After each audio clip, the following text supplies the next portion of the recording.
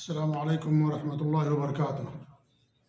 الحمدللہ رب العالمین واشہد ان لا الہ الا اللہ وحدہ لا شریک لہ واشہد ان محمدا عبدہ ورسولہ صلوات اللہ وسلام علیہ وعلی آلہ وعلی اصحابہ ومن اہتدی بہدیہ واستنى بسنتہ الی یوم الدین وبعد۔ قال اللہ تبارک وتعالی قل هل يستوي الذین يعلمون والذین لا يعلمون وقال ایضا وقل رب زدنی علما۔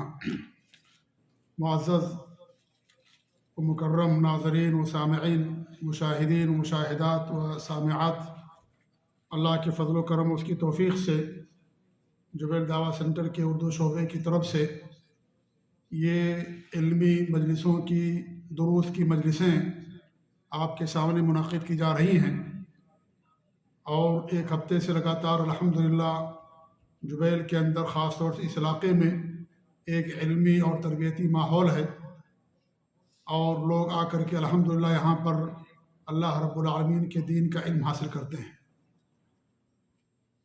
علم دین کی اہمیت کا اندازہ آپ اس بات سے لگا سکتے ہیں کہ دنیا کے اندر جو سب سے بڑا گناہ ہے اللہ کی نظر میں دین اسلام کے اندر، تمام انبیاء کی شریعت میں، دین میں، وہ ہے اللہ رب العالمین کے ساتھ شرک کرنا۔ اس سے بڑا گناہ اس روئے زمین پر نہیں ہے۔ یہ گناہ دنیا کے اندر کیسے پیدا ہوا، یہ دنیا کے اندر گناہ کیسے آیا، اس کی بھی وجہ یہی ہے کہ جب توحید کا علم ختم ہو گیا تو دنیا کے اندر شرک آ گیا۔ بڑی مشہور روایت ہے، آپ لوگوں نے بارہا سنا ہوگا کہ نوح علیہ السلام کی قوم میں جو شرک پیدا ہوا، اس کے تعلق سے جو روایت حدیثوں کے اندر آتی ہے، اس روایت کے اندر یہ موجود ہے کہ وَانْدَرَسَ الْعِلْمُ، کہ علم ختم ہو گیا۔ علم ختم ہونے کے بعد دنیا کے اندر شرک پیدا ہوا۔ کون سا علم؟ توحید کا علم۔ وہ علم ختم ہونے کے بعد دنیا کے اندر شرک پیدا ہوا۔ ہر طرح کا علم نہیں، توحید کا علم۔ آج بھی بہت سارے علماء ہیں، وہ شرک کے علماء ہیں، بدعات اور خرافات کے علماء ہیں، ان کو بھی دنیا عالم کہتی ہے۔ تو ایسا نہیں ہے کہ ہر طرح کا علم، توحید کا علم ختم ہونے کی وجہ سے دنیا کے اندر شرک پیدا ہوا۔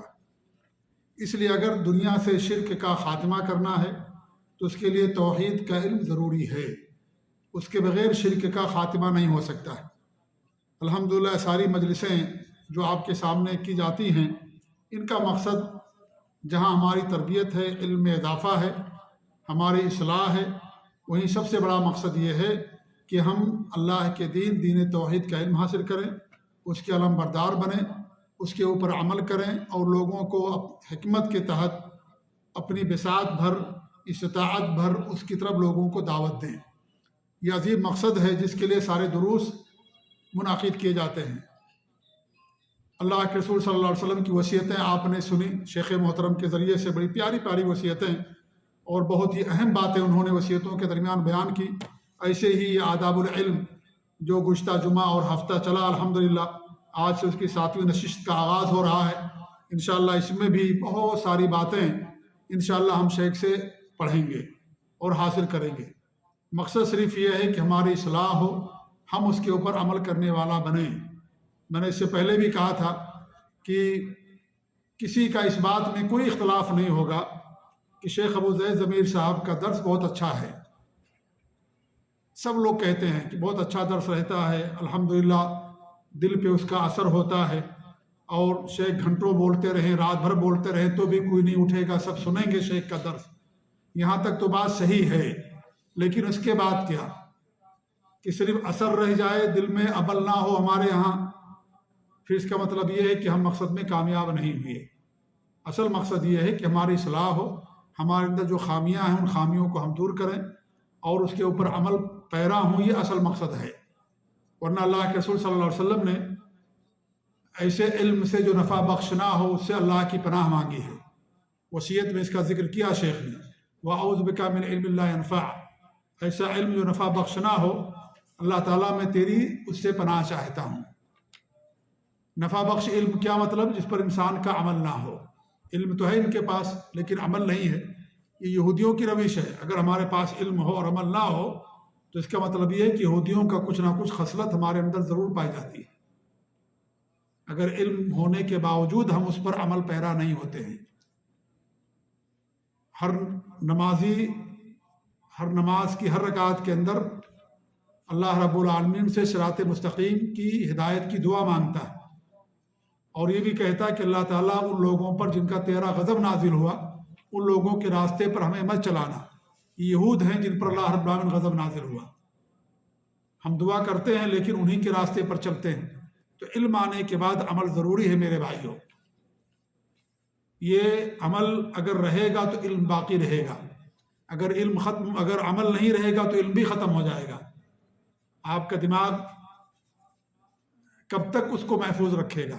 کچھ دنوں تک، کچھ مہینوں تک بات محفوظ رہے گی، اس کے بعد ختم ہو جائے گی۔ آپ قرآن یاد کر لیجئے، اگر روایت نہیں کرتے ہیں، پڑھتے نہیں ہیں، غور و فکر نہیں کرتے، انسان قرآن بھول جاتا ہے۔ آپ نے کوئی دعا یاد کی، کوئی سنت آپ کو معلوم ہوئی، یا اس طریقے سے کوئی بھی چیز آپ نے عمل کرنا شروع کر دیا، اس کے اوپر وہ چیز محفوظ ہو جائے گی، کبھی آپ اس کو نہیں بھولیں گے۔ یہی ہم سے مطلوب ہے۔ ہمارے سلف صالحین کا، صحابہ کا یہی عمل تھا۔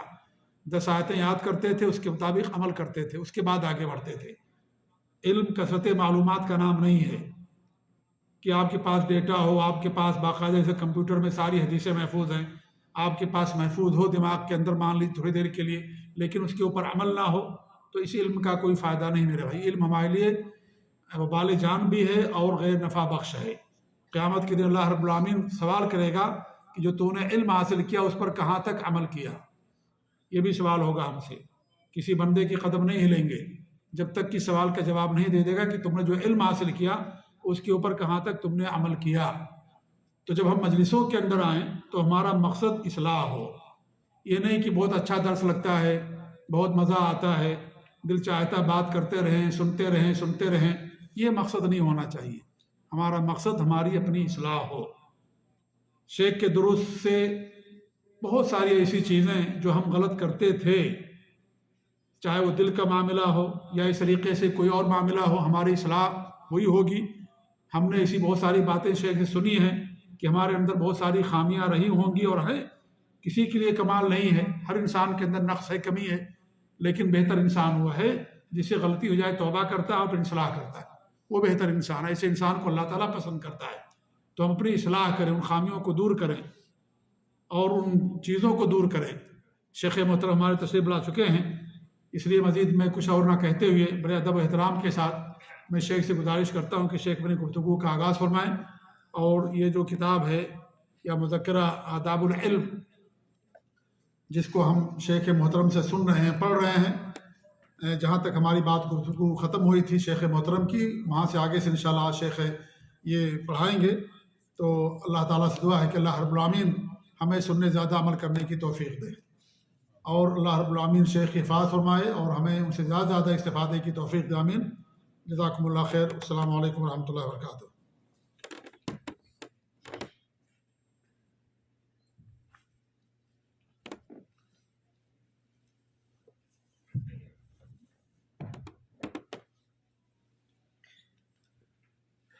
السلام علیکم۔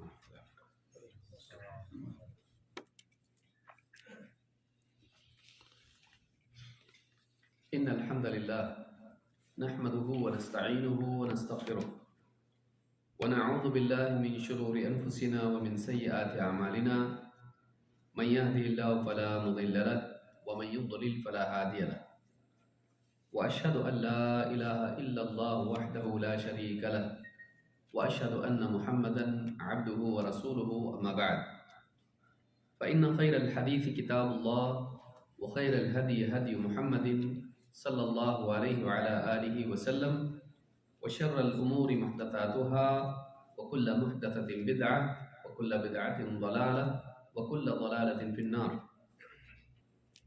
قال الله تبارك وتعالى: ومن أراد الآخرة وسعى لها سعيها وهو مؤمن فأولئك كان سعيهم مشكورا۔ قابل احترام فضیلۃ الشیخ مختار احمد مدنی حفظہ اللہ، مجلس میں موجود موقر اہل علم، جبیل دعوت سینٹر کے ذمہ داران و متعاونین، قریب و بعید سے آئے ہوئے میرے محترم دینی بھائیوں اور قابل احترام اور بہن، علم کے آداب سے متعلق جو سلسلہ پچھلے جمعہ اور سنیچر کے دن شروع ہوا تھا، اسی عنوان کے تحت جو ابواب اس مذکرے میں باقی ہیں، آج وہ حصہ ہم دوبارہ شروع کر رہے ہیں، اللہ تعالیٰ سے مدد مانگتے ہوئے، اس سے توفیق طلب کرتے ہوئے، اور اس نیت کے ساتھ کہ جو بھی باتیں کتاب و سنت کی اور سلف کے اقوال کی ہمارے سامنے آئیں، ہم اسے نہ صرف اپنے دل میں بلکہ اپنی زندگی میں بھی جگہ دیں گے انشاءاللہ۔ اللہ رب العالمین نے قرآن کریم میں فرمایا وَمَنْ أَرَادَ الْآخِرَةَ وَسَعَى لَهَا سَعْيَهَا وَهُوَ مُؤْمِنٌ فَأُولَئِكَ كَانَ سَعْيُهُمْ مَشْكُورًا۔ جو کوئی آخرت کا ارادہ کرے اور آخرت کے لیے آخرت والی کوشش کرے، شرط یہ ہے کہ وہ ایمان والا ہو، تو یہی وہ لوگ ہیں جن کی کوشش اللہ کے ہاں قبول کی جائے گی۔ اس آیت میں اللہ رب العالمین نے اعمال کی قبولیت کے لیے بنیادی شرط بیان کی ہے۔ ایک انسان اگر اللہ کے ہاں آخرت میں کامیاب ہونا چاہتا ہے تو اسے کیا کرنا چاہیے؟ آخرت کی زندگی میں اگر وہ عزت پانا چاہتا ہے، نجات پانا چاہتا ہے، سعادت اور کامیابی چاہتا ہے، اس کو کیا کرنا چاہیے؟ پہلی چیز وَمَنْ أَرَادَ الْآخِرَةَ، اس کا مقصود و مطلوب آخرت ہو، اس کا ارادہ آخرت والی کامیابی کا ہو، اس کی نیت صحیح ہو، وہ آخرت کے لیے، آخرت کی کامیابی کے لیے جینے والا، اس کی ساری تمنائیں آخرت سے جڑی ہوئی ہوں۔ دوسری چیز وَسَعَى لَهَا سَعْيَهَا، آخرت کے لیے آخرت والی کوشش کرے۔ صرف اخلاص اور صرف آخرت کا ارادہ کرنا کافی نہیں، آخرت کی تمنا، آخرت میں نجات اور کامیابی کی چاہت رکھنا کافی نہیں،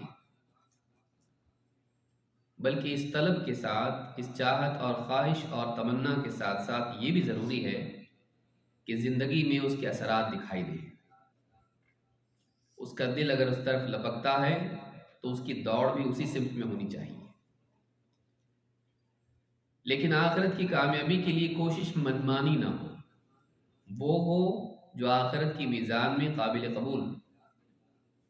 وَسَعَى لَهَا، بس یہاں بات ختم نہیں ہوئی، اللہ نے کہا سعیہا، آخرت کے لیے آخرت والی کوشش کی۔ معلوم ہے کہ ہر کوشش آخرت میں کامیاب نہیں ہوتی، ہر کام، ہر عمل، ہر کوشش آخرت میں مقبول نہیں ہوتی ہے۔ آخرت میں وہی کوشش مقبول ہوتی ہے جس کو اللہ تعالیٰ نے آخرت کی کامیابی کے لیے ضروری قرار دیا ہے۔ وَسَعَى لَهَا سَعْيَهَا، اور آخری چیز وَهُوَ مُؤْمِنٌ، ہاں شرط یہ ہے کہ وہ ایمان والا، اگر ایمان ہی نہیں تو آخرت کا ارادہ کرنا، آخرت کے لیے دوڑ دھوپ کرنا سب مردود، اس لیے کہ ایمان قبولیت عمل کے لیے بنیادی شرط ہے۔ کہا فَأُولَئِكَ كَانَ سَعْيُهُمْ مَشْكُورًا، یہی وہ لوگ ہیں جن کی کوششیں یا ان کی کوشش اللہ کے ہاں مقبول ہوگی، اجر و ثواب اور انعام کی حقدار بنے گی۔ اس سے معلوم ہوتا ہے کہ انسان آخرت میں اگر کامیاب ہونا چاہتا ہے، تین چیزیں اس کے لیے ضروری ہیں۔ نمبر ایک، اس کا عقیدہ صحیح ہو، جو آخر بات شرط کے طور پر ذکر کی گئی، وَهُوَ مُؤْمِن، وہ ایمان والا ہو، ایسا ایمان جو شرک سے، کفر سے، نفاق سے، شک سے پاک ہو۔ دو اس کے عمل میں اخلاص ہو، وہ آخرت کے لیے عمل کرے، دینی کام کو، عبادات کو، نیکیوں کو آخرت کے انعام کے لیے کرے، دنیا کی شہرت اور دنیا کی دولت اور دنیا کے مقام اور منصب یا دنیا کی چیزوں کے لیے نہ کرے، اخلاص ہو اس کے عمل میں۔ دو، آخرت کے لیے آخرت والی کوشش کرے۔ معلوم کیسے پڑے گا کہ آخرت کے لیے کوشش کون سی ہے؟ محمد الرسول اللہ، اللہ تعالیٰ نے رسول اکرم صلی اللہ علیہ وسلم کو بھیجا تاکہ ایک آدمی آپ کو دیکھ کے آخرت والی کوشش کرے، کیونکہ آپ کی کوشش آخرت کے لیے تھی، کہ اس کوشش کے ذریعے سے انسان اللہ کے ہاں مقبول بنتا ہے، جو نبی کریم صلی اللہ علیہ وسلم کی کوشش ہے۔ ان کنتم تحبون اللہ فاتبعونی یحببکم اللہ، اللہ کی محبوبیت ملتی ہے اللہ کے محبوب کی سنت کی اتباع میں۔ تو دوسری شرط وہ سنت کی اتباع کرے، یا تیسری شرط اس کی سنت کی اتباع کرے۔ تو صحیح عقیدہ، اخلاص نیت اور اتباع سنت، یہ تین چیزیں ہیں جو ایک انسان کو آخرت میں کامیاب کراتی ہیں۔ صحیح عقیدہ، یا جس کو آپ کہیں عقیدے کی صحت، اخلاص نیت اور اتباع سنت، یہ تین چیزیں اعمال کی قبولیت کے لیے، آخرت کی کامیابی کے لیے ضروری ہے۔ سارے دین کا معاملہ اسی کے اطراف گھومتا ہے۔ ہم اپنا عقیدہ صحیح کریں، پھر جو کچھ کریں اللہ کے لیے کریں، آخرت کی کامیابی کے لیے کریں، اجر و ثواب کے لیے کریں، انعام کے لیے کریں، اور جو کچھ بھی کریں وہ نبی کریم صلی اللہ علیہ وسلم کی سنت کے مطابق کریں، آپ کی لائی ہوئی شریعت کے تابع ہو کر کریں، اس کی روشنی میں کریں۔ اگر ان تین چیزوں کو آدمی پورا کرتا ہے تو ایسا آدمی کامیاب ہے۔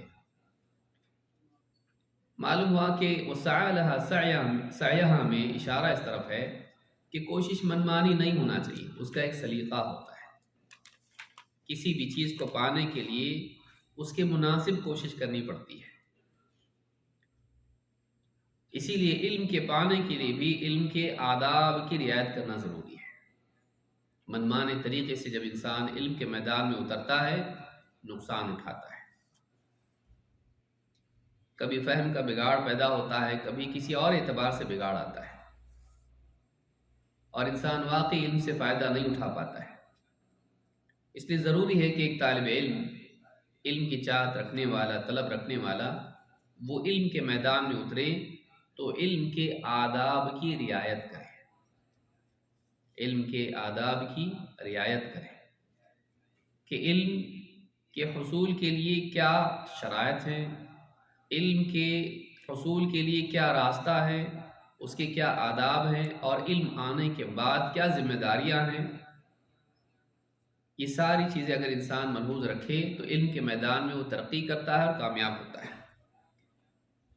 اس سلسلے میں انہی باتوں کا لحاظ کرنے کی ہم کوشش کریں گے، اور علم سے متعلق جو باتیں ہیں انشاءاللہ ہم ان کو ایک ایک کر کے دیکھیں گے۔ اس سے پہلے جو ابواب ہم نے مکمل کیے ہیں، سب سے پہلا باب پہلی فصل میں تھا جہالت کی برائی۔ جہالت سے بچنا ضروری ہے، اس لیے علم حاصل کرنا ہے، جہالت کا نقصان ہوتا ہے۔ دوسرا باب علم کی فضیلت کیا ہے، اس کی اہمیت کیا ہے، کیوں ضروری ہے علم اور کیا فائدہ علم میں۔ تین، علماء کی فضیلت کیا ہے، کیونکہ علم علماء سے لیا جاتا ہے، اور علم آ جائے تو اللہ کے یہاں اس کا کیا مقام ہوتا ہے۔ پھر عالم بننے کے لیے طالب علم بننا پڑتا ہے، تو طلب علم کی اور طالب علم کی کیا فضیلت ہے، تاکہ ہم صحیح معنوں میں طالب علم بننے کا شوق ہمارے اندر پیدا ہو۔ پھر اس کے بعد ہم نے تیسری فصل شروع کی جس میں طلب علم کے آداب ہیں، جن میں سب سے پہلی چیز اخلاص نیت ہے، نیت کو خالص کرنا۔ پھر اسی طرح سے سلف کے فہم کی رعایت کرنا، سنت اور فہم سلف کی پابندی کرنا، اس کی تعظیم ہو، مقصود معلوم ہو کہ ہم کو سیکھنا کیا ہے، ورنہ آدمی کہیں اور نکل جائے گا۔ تو سنت کی تعظیم اس کے دل میں ہو، سلف کے منہج کی تعظیم ہو، اس کی زندگی میں یہ چیز اونچا مقام رکھتی ہے اور اس کا اہتمام بھی ہو۔ اسی طرح سے ظاہر و باطن کی پاکیزگی ہو، گناہوں سے بچنے والا ہو اور اسی طرح سے ظاہر و باطن کو پاک رکھنے والا ہو۔ اسی طرح سے ہم نے دیکھا باب نمبر 8 میں خشوع اور خشیت کا التزام ہو، اس کے دل میں اللہ کا خوف ہو، اللہ کے دین کی عظمت ہو، اللہ کی عظمت ہو، رسول کی عظمت ہو، اور اللہ سے ڈرنے والا ہو، اس لیے کہ اللہ کا خوف ہی ہے جو علم کے معاملے میں امانت اور علم کی تابعداری والا اس کو بنائے گا۔ باب نمبر 9 میں ہم نے دیکھا علم نافع ہی میں مشتغل یعنی اشتغال ہونا چاہیے، اسی میں مشتغل ہونا چاہیے، یعنی ایک انسان نفع والا علم حاصل کرے، ایسے تمام علوم سے بچے جو فائدہ نہیں دیتے یا پھر نقصان دیتے ہیں۔ 10 ہم نے دیکھا علم حاصل کرنے میں جلدی کرنا چاہیے، جلدی عمر کے اعتبار سے، اسی طرح سے علماء کے دنیا سے جانے کے اعتبار سے، یا اسی طرح سے اونچا مقام، عہدہ، ذمہ داری ملنے سے پہلے، یا اسی طرح سے کسی چیز کا مکلف ہونے سے پہلے۔ اگر معلوم ہے کہ یہ چیز مجھ کو کرنا ہے، جیسے رمضان آ رہا ہے تو رمضان سے پہلے اس کے مسائل جانے، روزہ رکھ کر پھر سیکھے گا، اس سے پہلے معلوم کر لے کیا ہے۔ تو ایک انسان اگر مکلف ہو رہا ہے تو اس عمل میں واقع ہونے، اس میں شروع ہونے سے پہلے آدمی اس کا علم حاصل کر لے۔ اسی طرح سے باب نمبر 11 میں ہم نے دیکھا قابل اعتماد ذرائع ہی سے علم حاصل کیا جائے، اور یہ بہت اہم ہے کہ آج میڈیا کی وجہ سے انسان کے پاس معلومات خود چل کر آ رہی ہے، وہ معلومات کے پاس نہیں جا رہا ہے، بس انسان ارادہ کر رہا ہے اور ہر چیز کو دیکھ رہا ہے، اور پھر بعض اوقات وہ خود کسی اور سے سبسکرائب کر کے علم حاصل کر رہا ہے، یوٹیوب پر، فیس بک پر لائیو یا ڈاؤن لوڈ کر کے، یا کسی کے بھیجے ہوئے ویڈیوز کو دیکھ رہا ہے، تو اس سے اس کا ذہن خراب ہوتا ہے۔ وہ صرف اہل سنت، اہل حق اور سلف کے منہج کی رعایت کرنے والے لوگوں ہی سے دین سیکھیں، اہل علم سے دین سیکھیں، ایسی کتابیں پڑھیں جو معتبر ہوں۔ یہ نہیں کہ آئی ہوئی کوئی بھی کتاب آدمی کسی نے بھیج دیا پی ڈی ایف پورا پڑھ ڈالا، شوقین آدمی ہے، نہیں، دیکھے لکھنے والا کون ہے، اس کا منہج کیا ہے، اس کا عقیدہ کیا ہے، اگر وہ صحیح ہے پڑھے، نہیں تو نہیں۔ معتبر ذرائع سے علم حاصل کرے۔ میسیجز کوئی بھی بھیج دیتا ہے، حضرت علی نے فرمایا اور اس کو عام کر دیتا ہے، بعد میں پتہ چلا وہ نہج البلاغہ کی بات ہے، شیعہ کی کتاب سے ہے، کتنی ساری چیزیں ہیں، تو غلط غلط باتیں ہم تک پہنچتی ہیں اور آدمی ان کو مان لیتا ہے، کبھی تحقیق کرتا ہے کبھی نہیں بھی کرتا ہے۔ تو قابل اعتماد ذرائع سے علم حاصل کرے۔ آدمی گھی اور تیل اور انڈے اور دواؤں کے بارے میں یہ بات یاد رکھتا ہے، لیکن دین جو اس کے علم جو اس کے قلب کے لیے دوا ہے، اس کے بارے میں بات یاد نہیں رکھتا ہے، جو اس کی روح کی غذا ہے اس کے بارے میں بات یاد نہیں رکھتا۔ آدمی کچھ بھی کہیں سے اٹھا کے کھا نہیں لیتا ہے، بلکہ صحت کے اعتبار سے دیکھتا ہے مفید مضر کیا ہے۔ پیٹرول صحیح جگہ سے لے گا، ہمارے ملکوں میں یہاں تو سب صحیح ملتا ہے الحمدللہ، لیکن ہمارے ملکوں میں آپ دیکھیے یہاں پیٹرول میں ملاوٹ ہے، یہاں نہیں ہے، جہاں نہیں ہے ملاوٹ وہاں سے لے گا، جہاں کھانے پینے کی چیزیں صحیح ملتی ہیں بغیر ملاوٹ کے وہاں سے لے گا۔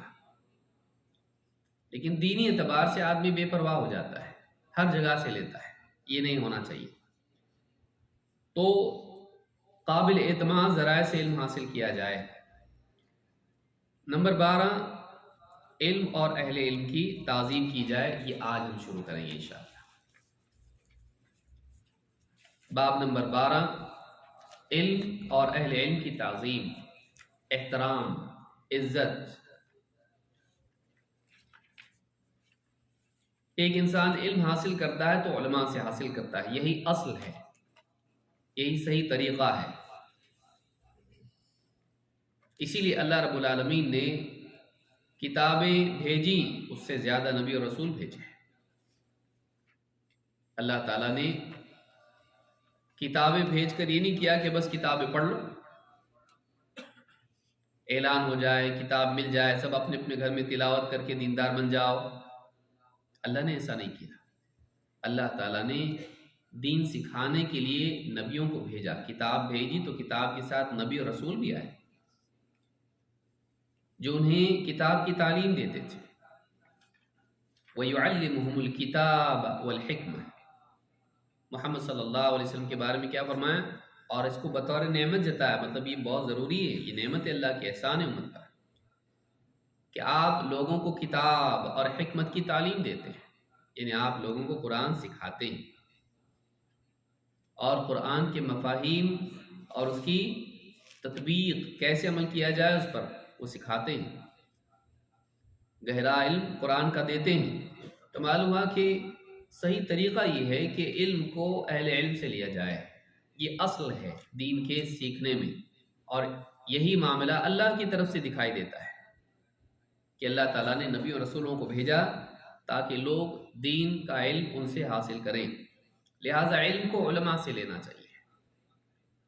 آج میڈیا کے دور میں آدمی یہاں وہاں سے کہیں سے بھی PDF میسج اور ویڈیو آڈیو اٹھا کے سنتا ہے، پڑھتا ہے، دیکھتا ہے، یہ طریقہ صحیح نہیں ہے، اور بعض اوقات معلومات بڑھ بھی جاتی ہیں لیکن صرف بڑھتی نہیں ہے، گڑبڑتی ہے، اس کی معلومات میں خلل پیدا ہو جاتا ہے کہ انسان کے لیے مصیبت یہ ہے کہ وہ تفریق نہ کر پائے۔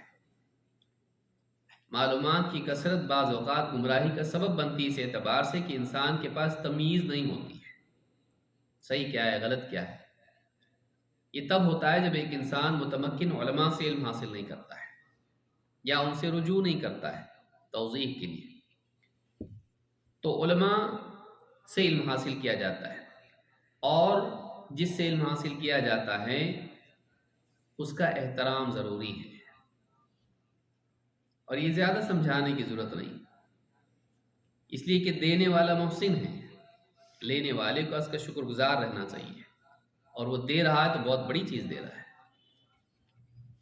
بلکہ استاذ کا مقام، علماء کا مقام امت کے لیے ایسا ہے جیسے باپ کا مقام ہوتا ہے۔ اللہ کے نبی صلی اللہ علیہ وسلم فرماتے ہیں انما انا لکم بمنزلۃ الوالد اعلمکم،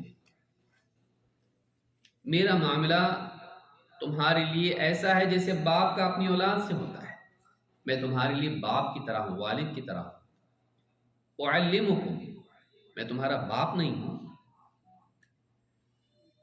ما کان محمد ابا احد من رجالکم، محمد صلی اللہ علیہ وسلم تمہارے مردوں میں سے کسی کے باپ نہیں ہے، لیکن کیا کہا؟ انما انا لکم بمنزلۃ الوالد، باپ کے مقام پر ہوں۔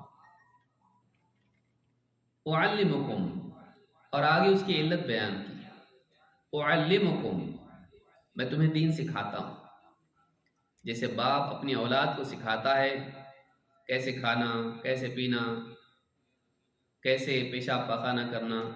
یہ ذمہ داری کس کی ہوتی ہے؟ ماں باپ کی ہوتی ہے، باپ کی خاص طور سے ہوتی ہے اپنے بیٹے کے لیے۔ یہ چیز آپ صلی اللہ علیہ وسلم صحابہ کو سکھاتے تھے، پوری امت کو آپ نے سکھایا۔ پیشاب کرو گے تو پانی سے صفائی کرنا، ڈھیلے لینا، کتنے ڈھیلے لینا، کون سے ہاتھ سے استنجا کرنا۔ آپ نے چھوٹے چھوٹے چھوٹے بھی مسائل انسان کے بڑے لوگوں کو بھی سکھائے، اس لیے کہ یہ اگر نہیں سکھاتے آپ تو آج دیکھیں مغربی قوموں کو نہیں معلوم ان کو صفائی کیسے کرتے۔ آپ ایٹیکٹ کی بکس دیکھ لیں، اس میں پیشاب پاخانے کے آداب نہیں ملیں گے آپ کو، دیکھ لیجئے۔ ہاں، سپون کیسے پکڑنا، کون سا چمچہ کون سے ہاتھ میں پکڑنا، ٹیبل ایٹیکٹ سب ملیں گے آپ کو، لیکن آپ کو پیشاب پاخانے کے آداب نہیں ملیں گے، کیونکہ اس کو ضروری سمجھتے ہی نہیں ہو۔ وہ زینت کے بارے میں حساس ہیں لیکن طہارت کے بارے میں نہیں، گندگی کے بارے میں اتنے حساس نہیں، بس ظاہری پاکی، کپڑے صاف ہونا چاہیے، دھول لگے تو دھول نہیں لگنا چاہیے، ٹیبل ایک دم کلین ہونا چاہیے، پلیٹ ایک دم ایسی ہونا چاہیے۔ اللہ کے نبی صلی اللہ علیہ وسلم نے ہم کو پیشاب پاخانے کے آداب بھی سکھائے، اور آپ نے کہا میں تمہارے لیے ایک باپ کی طرح تمہیں سکھاتا ہوں۔ معلوم ہے کہ لوگوں کو سکھانے والا باپ کے مقام پر ہوتا ہے، لوگوں کو تعلیم دینے والا باپ کے مقام پر ہوتا ہے، ایک والد کی طرح ہوتا ہے، لہٰذا اس کا احترام ہونا چاہیے۔ بلکہ بعض علماء نے کہا کہ یہ اس سے بڑھ کر ہوتا ہے، اس لیے کہ بعض اوقات ماں باپ کچھ بھی نہیں سکھاتے، علماء سکھاتے ہیں، اور اس کے بعد اوقات باپ کو بھی علماء نے سکھایا ہوتا ہے کہ وہ اس کو عقیدہ سکھاتے ہیں، احکام سکھاتے ہیں، اور اس کو دین کی وہ باتیں بتاتے ہیں جو بعض اوقات ماں باپ بھی نہیں بتاتے، تو اس اعتبار سے ان کا مقام اور بھی بڑھ جاتا ہے، بلکہ وہی اس کو باپ کا مقام سمجھاتے ہیں کہ باپ کا مقام کیا ہے، ان کا احترام کر، ان کی بات مان، ماں کا حق ادا کر، یہ بھی علماء بتاتے ہیں۔ تو سوچئے ان کا مقام کیا ہے۔ لیکن بدقسمتی سے آج ہمارے معاشرے میں ہم نے کتابوں کو علماء کا بدل بنا لیا، میڈیا کو علماء پر فوقیت دے دی، اور ایک اعتبار سے جب انسان کے ذہن میں خلل ہوتا ہے تو اسباب کی کثرت سے انسان حقدار کے حق کو بھول جاتا ہے۔ ہمارے پاس بہت ذریعے ہیں، عالم نہیں رہے تو کیا ہوگا، ایک قسم کی استغنا اور ایک قسم کا گھمنڈ پیدا ہو جاتا ہے۔ ہم کو عالم کی ضرورت نہیں ہے، ہم اپنے طور پر ڈھونڈ لیں گے گوگل پر، یوٹیوب پر، آپ نے بتایا تو کیا ہوا، ہم دوسرے سے معلوم کریں گے۔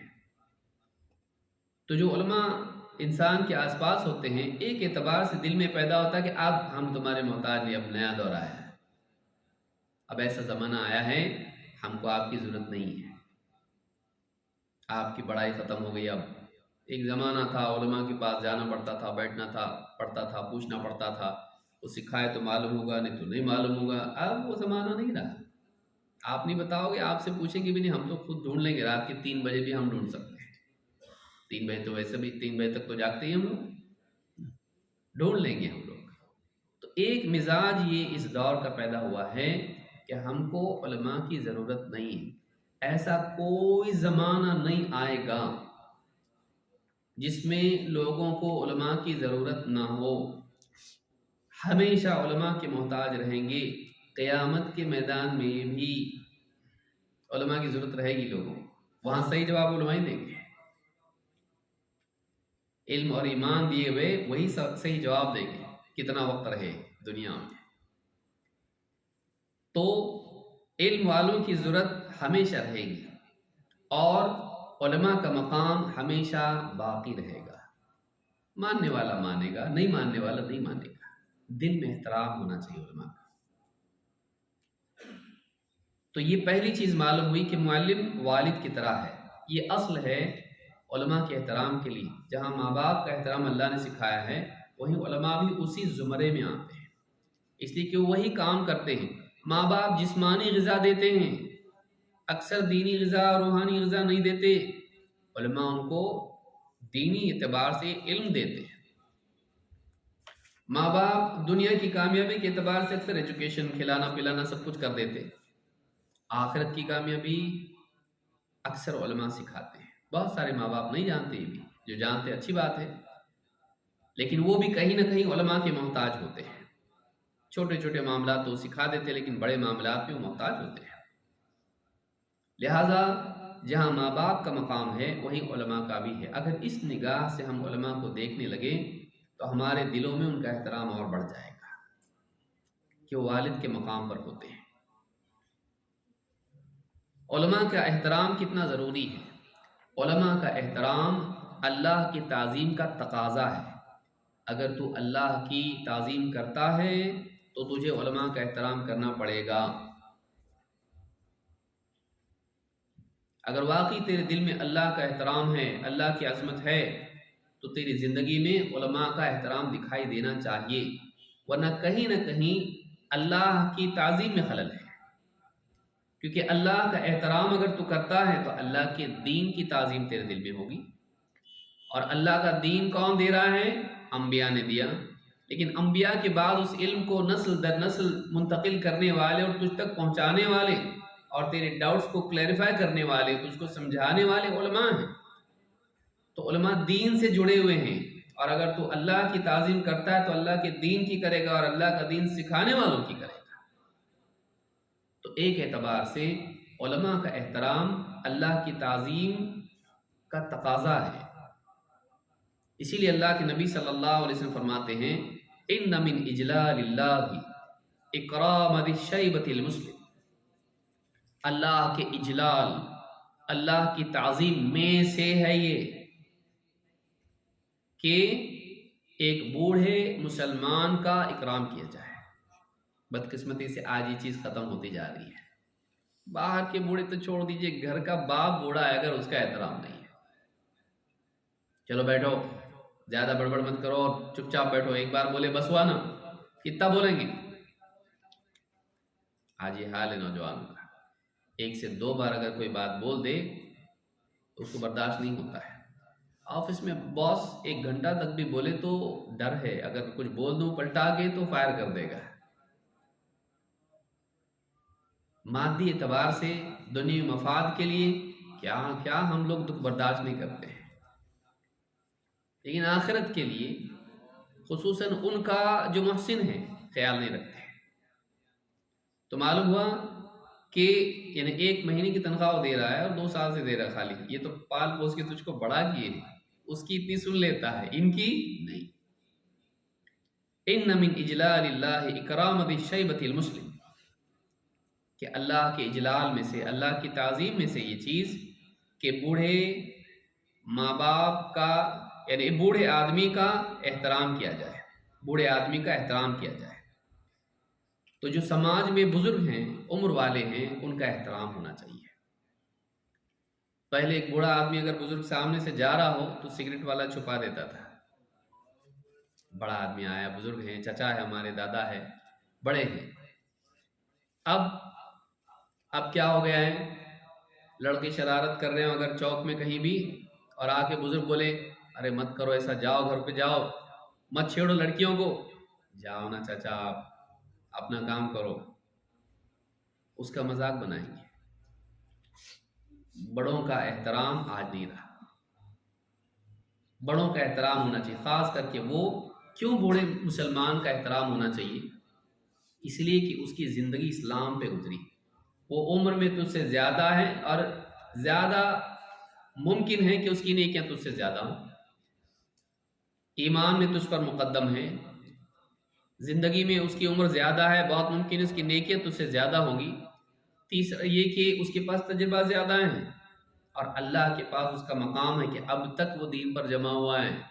تیرے پاس تو اور مرحلے آنے والے معلوم نہیں، تو ٹکے گا کہ نہیں ٹکے گا، وہ سب دیکھ لیا زندگی کو، اور اب تک مسلمان باقی ہے، پاس ہو گیا وہ بہت کچھ، ایک حد تک وہ کامیاب ہو گیا، بڑھاپے تک اپنے اسلام کو لے گیا ہو، تو لے جائے گا. ایک بوڑھا مسلمان، اس کا احترام ہونا چاہیے،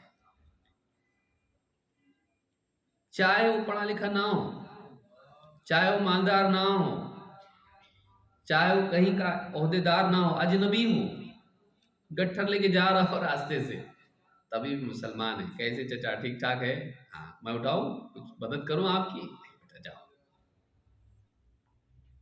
مسلمان عمر دراز کا احترام کرنا، جس قوم میں یہ نہ ہو وہ قوم گھٹیا ہو جاتی ہے ایک دم. پروفٹ ان لاس، انسانیت ہونا ضروری ہے. بوڑھے مسلمان کا احترام، وحامل القرآن غیر الغالی، اور بوڑھے مسلمان میں خاص والدین ہیں، ان کا تو اور بھی زیادہ حق ہے، اور بھی زیادہ حق ہے. ماں باپ اگر بوڑھے ہو جائیں ان کا احترام ہونا چاہیے. وحامل القرآن غیر الغالی فیہ والجافی عنہ، اور اس قرآن کے حامل کا احترام جو قرآن کے معاملے میں نہ غلو کرتا ہے نہ جفا کرتا ہے، جو قرآن کے معاملے میں غلو نہیں کرتا، اپنی رائے سے تفسیر نہیں کرتا، قرآن میں اپنی طرف سے تفسیر میں کوئی زیادتی نہیں کرتا، باطل چیزیں نکال کے بدعات اور خرافات قرآن میں سے نہیں پیش کرتا، اپنی طرف سے کچھ اضافہ نہیں کرتا ہے، قرآن کا حق ادا کرتا ہے، اور اس میں کوتاہی نہیں کرتا ہے، نہ پڑھنے کے اعتبار سے نہ عمل کرنے کے اعتبار سے. قرآن میں غلو اور جفا سے بچتا ہے، نہ زیادتی کرتا ہے نہ کمی کرتا ہے.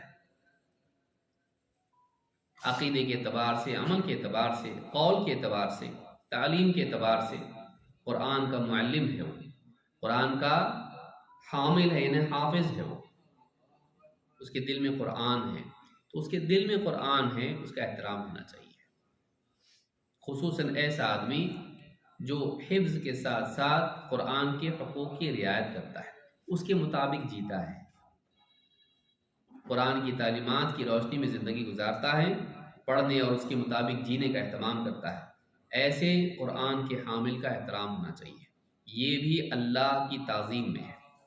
تو حامل قرآن کا احترام ہونا، خصوصاً جو حامل بھی ہو اور عامل بھی ہو، ایسا وہ اکرام ذی السلطان المقسط، اور تیسرا ایسا سلطان، ایسا حاکم جو عدل و انصاف کرنے والا ہو، اس کا بھی اکرام ہونا چاہیے، یہ بھی اللہ کی تعظیم میں داخل ہے۔ بوڑھا مسلمان عمر کے اعتبار سے، ایک حامل قرآن علم کے اعتبار سے، اور عدل و انصاف کرنے والا حاکم مقام اور عدل و انصاف کے وصف کی وجہ سے، ان تینوں کا احترام ہونا چاہیے، ان کی تعظیم ہونا چاہیے۔ یہ بھی ایک فساد ہے اس دور کا کہ مسلمان حکام کے بارے میں چاہے وہ کتنے احسانات کریں قوم پر، کسی ایک یا دو چیز کو لے کر ان کے بارے میں لوگوں کو بدظن کرنا۔ ہر انسان میں کمیاں ہوتی ہیں، ہر انسان سے غلطیاں ہوتی ہیں، اس کی خوبیوں کو نہیں دیکھنا بلکہ ایک آدھ دکا چیزیں دیکھ کر اس کو لوگوں کو اس سے بدظن کرنا۔ اگر 10 برائیاں بھی اس میں ہوں تب بھی ٹھیک نہیں، لیکن اگر انسان میں ایک آدھ کوئی غلطی نکل آئے، اس کو بنیاد بنا کر لوگوں کو بھڑکایا جائے اور خود بھی اس کے بارے میں بدزبانی کی جائے، یہ ٹھیک نہیں ہے، اس لیے اس کا کوئی فائدہ نہیں ہوتا ہے، نقصان ہی ہوتا ہے۔ وَإِكْرَامَ ذِي السُّلْطَانِ الْمُقْسِطِ، ایسا حاکم جو عدل و انصاف کرنے والا ہو، اس کا اکرام کرنا۔ تو یہ تین چیزیں کیا ہیں؟ یہ اللہ کے اجلال، اللہ کی تعظیم میں داخل ہے۔ اس میں ایک چیز کیا ہے؟ قرآن کے حامل جو قرآن کا علم رکھتا ہے اور اس کے مطابق جیتا ہے، اس کے حقوق ادا کرتا ہے، اس میں کوتاہی نہیں کرتا، ایسے انسان کا احترام کیا جائے۔ ظاہر بات ہے کہ علماء کے سینے میں قرآن ہوتا ہے، ان کا احترام ہونا چاہیے، وہ قرآن کے حامل ہیں، ان کا احترام ہونا چاہیے۔ وہ کلام جو پہاڑ پر نازل کیا جاتا تو پہاڑ اس کے کلام کے سبب اللہ کی خشیت سے ریزہ ریزہ ہو جاتا۔ لو انزلنا هذا القرآن على جبل لرأيته خاشعا متصدعا من خشیت اللہ، اگر اس قرآن کو پہاڑ پر نازل کیا جاتا تو تو دیکھتا کہ اللہ کی خشیت سے، اس کے خوف سے یہ پہاڑ ریزہ ریزہ ہو گیا، ٹوٹ پھوٹ کے بالکل ٹکڑے ٹکڑے ہو گیا۔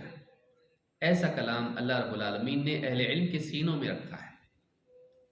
نہ صرف وہ کلام لفظ کے اعتبار سے بلکہ فہم کے اعتبار سے استنباط کی صلاحیت ان کو دی ہے، احکام اس میں سے نکال کے وہ لوگوں کو تعلیم دیتے ہیں، گمراہیوں کا رد کرتے ہیں، دین کے احکام میں اس سے استدلال کرتے ہیں، لوگوں کو اس کی تعلیم دیتے ہیں، اتنا سب کچھ کرتے ہیں، ان کا احترام نہیں ہونا چاہیے؟ یہ اللہ کے کلام کی تعظیم میں ہے کہ اس کے حاملین کا بھی احترام کیا جائے۔ علماء کی توقیر دین ہے۔ طاؤس رحمہ اللہ کہتے ہیں من السنتی ان یوقر اربعہ، یہ چیز سنت میں داخل ہے کہ 4 لوگوں کی توقیر کی جائے، ان کا احترام کیا جائے، ان کے وقار کو تسلیم کیا جائے۔ العالم وذو الشیبہ والسلطان والوالد۔ نمبر 1 عالم، پچھلی روایت میں 3 چیزیں تھی، اس میں چوتھی بھی ہے، باپ کا اضافہ اس میں ہے۔ العالم علم والا، ذو الشیبہ بوڑھا، سلطان حاکم، یہاں مطلق ہے، قید کے بغیر ہے، انصاف کرنے والا ہو، یہاں قید نہیں ہے، جیسا بھی ہو مسلمانوں کا حاکم ہے، اس کو ایک پوزیشن حاصل ہے، اس پوزیشن کی وجہ سے اس کا احترام کرو۔ ہم وہ قوم ہیں جو دوسری قوم کا بڑا ہے تو بھی احترام کرتے ہیں، ہم کو اس بات کی تعلیم ہے۔ اذا اتاکم کریم قوم فاکرموہ، جب کسی قوم کا بڑا تمہارے پاس آئے، سردار، شریف، کریم، کوئی بڑا آدمی آئے، اس کا اکرام کرو۔ دوسری قوم کا ہے وہ، اس کا بھی احترام کرو اگر تمہارے پاس آئے تو۔ بتائیے، ہمارا اپنا ہے حاکم، ہمارا اپنا بڑا ہے، ایک مقام اس کے پاس ہے، اس کا احترام نہ ہو؟ اذا اتاکم کریم قوم فاکرموہ، جب کسی قوم کا سردار بڑا تمہارے پاس آئے، صاحب شرف انسان تمہارے پاس آئے، اس کا اکرام کرو، بے عزتی مت کرو اس کی۔ خصوصاً اس وجہ سے کہ وہ تمہارا مہمان بھی ہے اور کسی قوم کا بڑا ہے، فساد کا ذریعہ بنے گا، اس کی بے عزتی۔ تو اذا اتاکم کریم قوم فکرموا، تو یہاں پہ کہا وہ سلطان کا احترام ہونا چاہیے، اور والوالد، باپ گھر کا بڑا ہوتا ہے۔ الرجال قوامون علی النساء، مرد عورتوں پر قوام ہیں پورے گھر کے اوپر۔ والرجل راع علی اہل بیتہ، آدمی اپنے گھر والوں پر راعی ہے۔ باپ کا وہی مقام ہوتا ہے، گھر کا بڑا ہے وہ، اس کا اکرام ہونا چاہیے۔ جوانی کا مطلب بدتمیزی نہیں ہے، لیکن آج کل یہی بن گیا ہے۔ جوان ہوتی کہتا بولنا نہیں ایسا، مجھ کو دوستوں کے سامنے ڈانٹتے ایسا نہیں ڈانٹنا، کچھ بھی بول دوں گا الٹا کہ میں دوستوں کے سامنے بولیں، کسی کے بھی سامنے بولیں۔ ایسی اولاد جو دوستوں کے سامنے اگر باپ ڈانٹ دے، پلٹا کے بول دے، اولاد کی عزت نہیں رہتی۔ وہ یہ سمجھتا ہے کہ ڈانٹنے میں میری عزت جا رہی ہے، یہ الٹا بولنے میں عزت جاتی ہے۔ لیکن کوئی اگر سن لے، چار آدمی کے بیچ میں باپ ڈانٹ دیا اس کو، کہاں تھا اتنی دیر تک، چلو گھر میں، اگر ڈانٹ دیا ایسا کرتا باہر، اب یہ چپ چاپ سن لیا، تو بولتے ہیں کہ غلطی ہر انسان سے ہوتی ہے، لیکن دیکھو کتنا نیک بچہ ہے، باپ نے ڈانٹا تو سن لیا اس نے، الٹا بولا نہیں۔ عزت سننے میں ہے، لوٹانے میں نہیں۔ لیکن شیطان کان میں معلوم نہیں کہاں سے ڈال دیتا ہے کہ سن کے لیا نا تیری عزت جائے گی۔ سن کے لینے میں عزت نہیں جاتی ہے، بولنے میں عزت جاتی ہے۔ بڑے اگر ہم کو ڈانٹ دیں، باپ ہم کو ڈانٹ دے، چاہے لوگوں کے سامنے ہو، وہ تو اور بھی اچھا موقع ہے اپنی سعادت ثابت کرنے کا۔ سن کے لے بات کو، بدتمیزی مت کر۔ جوانی کی عمر میں یہ باتیں سمجھ میں نہیں آتی، بعد میں سمجھ میں آتی، کب معلوم؟ جب ان کا بچہ ان کے ساتھ ویسا کرتا ہے، تب سمجھ میں آتا کہ یہ غلط ہے۔ تو کچھ چیزیں عمر کے ساتھ ہی سمجھ میں آتی ہیں، لیکن اگر نہ سمجھ میں آئے تو عمر والوں کی صحبت سے سمجھ میں آ سکتی ہے، ورنہ نہیں۔ تو چار چیزیں سنت میں سے ہیں، یعنی یہ ہمارے دین کا شعار ہے، مسلمانوں کا طریقہ ہے، نبیوں کی تعلیمات میں سے ہیں۔ کیا؟ نمبر 1، چار لوگوں کا اکرام کرنا، ایک عالم کا، بوڑھے کا، اور مسلمانوں کے حاکم کا، اور اسی طرح سے والد کا، ان سب کا اکرام کرنا یہ سنت ہے۔ یہ طاؤس ہیں، طاؤس کون ہیں؟ یہ تابعین میں سے ہیں۔ ابن عباس رضی اللہ تعالیٰ عنہ کے خاص شاگردوں میں سے ہیں۔ ابن عباس ان کے بارے میں کہتے تھے مجھے گمان ہے کہ طاؤس اہل جنت میں سے ہے۔ امام ابن حجر نے تہذیب التہذیب میں ان کا قول ذکر کیا ہے، کہتے تھے میں سمجھتا ہوں طاؤس اہل جنت میں سے ہے، یعنی اتنا ان کو چاہتے تھے اور اتنا اعتماد ان کے اوپر تھا۔ گمان ہے کہتے تھے، یقیناً فیصلہ نہیں دیتے کہ جنتی ہے، تو اتنے نیک تھے۔ تو یہ ایسے لوگوں میں سے ہیں۔ تو کہا کہ چار چیزیں سنت میں سے، تو معلوم ہے کہ مسلمانوں کا طریقہ یہ ہے کہ وہ عالموں کا احترام کرتے ہیں، بوڑھے کا احترام کرتے ہیں، مسلمانوں کے حاکم کا احترام کرتے ہیں، اور باپ کا احترام کرتے ہیں۔ اس روایت کو امام معمر ابن راشد نے اپنی جامع میں بیان کیا، اور جامع بیان العلم میں یہ روایت موجود ہے، اور روایت صحیح ہے۔ پچھلی روایت ابو داؤد کی تھی جو بوڑھے اور قرآن کے حامل کے بارے میں تھی۔ آئیے آگے بڑھتے ہیں۔ سلف دیکھیے علماء کا کیسا احترام کرتے تھے۔ شعبی رحم اللہ کہتے ہیں صلی زید بن ثابت علی جنازۃ، زید بن ثابت رضی اللہ تعالیٰ نے جنازے میں نماز پڑھی، ثم قربت له بغلۃ، ایک خچر لایا گیا ان کے پاس، لیرکبها، تاکہ اس پر سوار ہو جائیں، فجاء ابن عباس فاخذ برکابہ، تو ابن عباس رضی اللہ تعالیٰ عنہ آئے اور انہوں نے رکاب پکڑ لی اس کی۔ رکاب کہتے ہیں جہاں پاؤں رکھا جاتا ہے، آپ کے نوٹس میں شاید لگام لکھا ہوا ہے، لیکن وہ رکاب اس کو کہتے ہیں جہاں پاؤں رکھ کے سواری پر چڑھتے ہیں، جو پاؤں رکھنے کا ہوتا ہے نا لوہے کا، اس کو رکاب کہتے ہیں۔ فاخذ برکابہ، تو انہوں نے وہ جگہ پکڑ لی جہاں پاؤں رکھ کے سواری پر سوار ہوتے ہیں، رکاب۔ فقال له زید، زید بن ثابت رضی اللہ تعالیٰ عنہ نے کہا خل عنہ یا ابن عم رسول اللہ صلی اللہ علیہ وسلم، کہا کہ اے اللہ کے رسول صلی اللہ علیہ وسلم کے چچا زاد بھائی، خل عنہ، چھوڑ دیجئے۔ فقال ابن عباس هكذا يفعل بالعلماء والكبراء، ابن عباس رضی اللہ تعالیٰ عنہ نے کہا هكذا يفعل بالعلماء والكبراء، ہم اپنے علماء اور ہمارے بڑوں کے ساتھ ایسا ہی کرتے ہیں۔ علماء اور بڑوں کے ساتھ میں ایسا ہی کیا جاتا ہے، یعنی ان کی خدمت کی جاتی ہے، ان کا احترام کیا جاتا ہے لوگوں کے سامنے ان کا شرف ظاہر کرنے کے اعتبار سے۔ آپ دیکھیے، یعنی ابن عباس رضی اللہ تعالیٰ عنہ کوئی معمولی شخصیت نہیں ہے، یہ وہ شخصیت ہے جن کے بارے میں اللہ کے نبی صلی اللہ علیہ وسلم نے خود دعا کی تھی، اللہم فقہہ فی الدین وعلمہ التأویل، اے اللہ اس کو دین کی گہری سمجھ دے، اسے قرآن کی تفسیر اور تأویل کا علم دے۔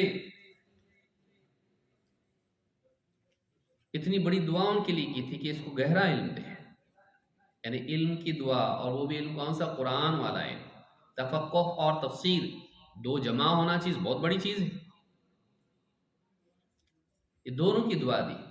اور اتنی بڑی شخصیت کہ خوارج سے اکیلے ڈیبیٹ کرنے گئے تھے۔ سوچئے، خوارج سب سے ڈینجر قوم، مسلمانوں کی خون کی پیاسی، ایسے اکھڑ قسم کے لوگ۔ حضرت علی سے کہا کہ دوپہر کے وقت میں کہا تھوڑا ٹھہری، نماز تھوڑا ٹھنڈا کر کے پڑھیے، میں ذرا جا کے آتا ہوں، مل کے آتا ہوں، اگر آپ اجازت دیں۔ دیکھو خطرہ ہے، کہا کچھ نہیں ہوتا، جاتا ہوں میں۔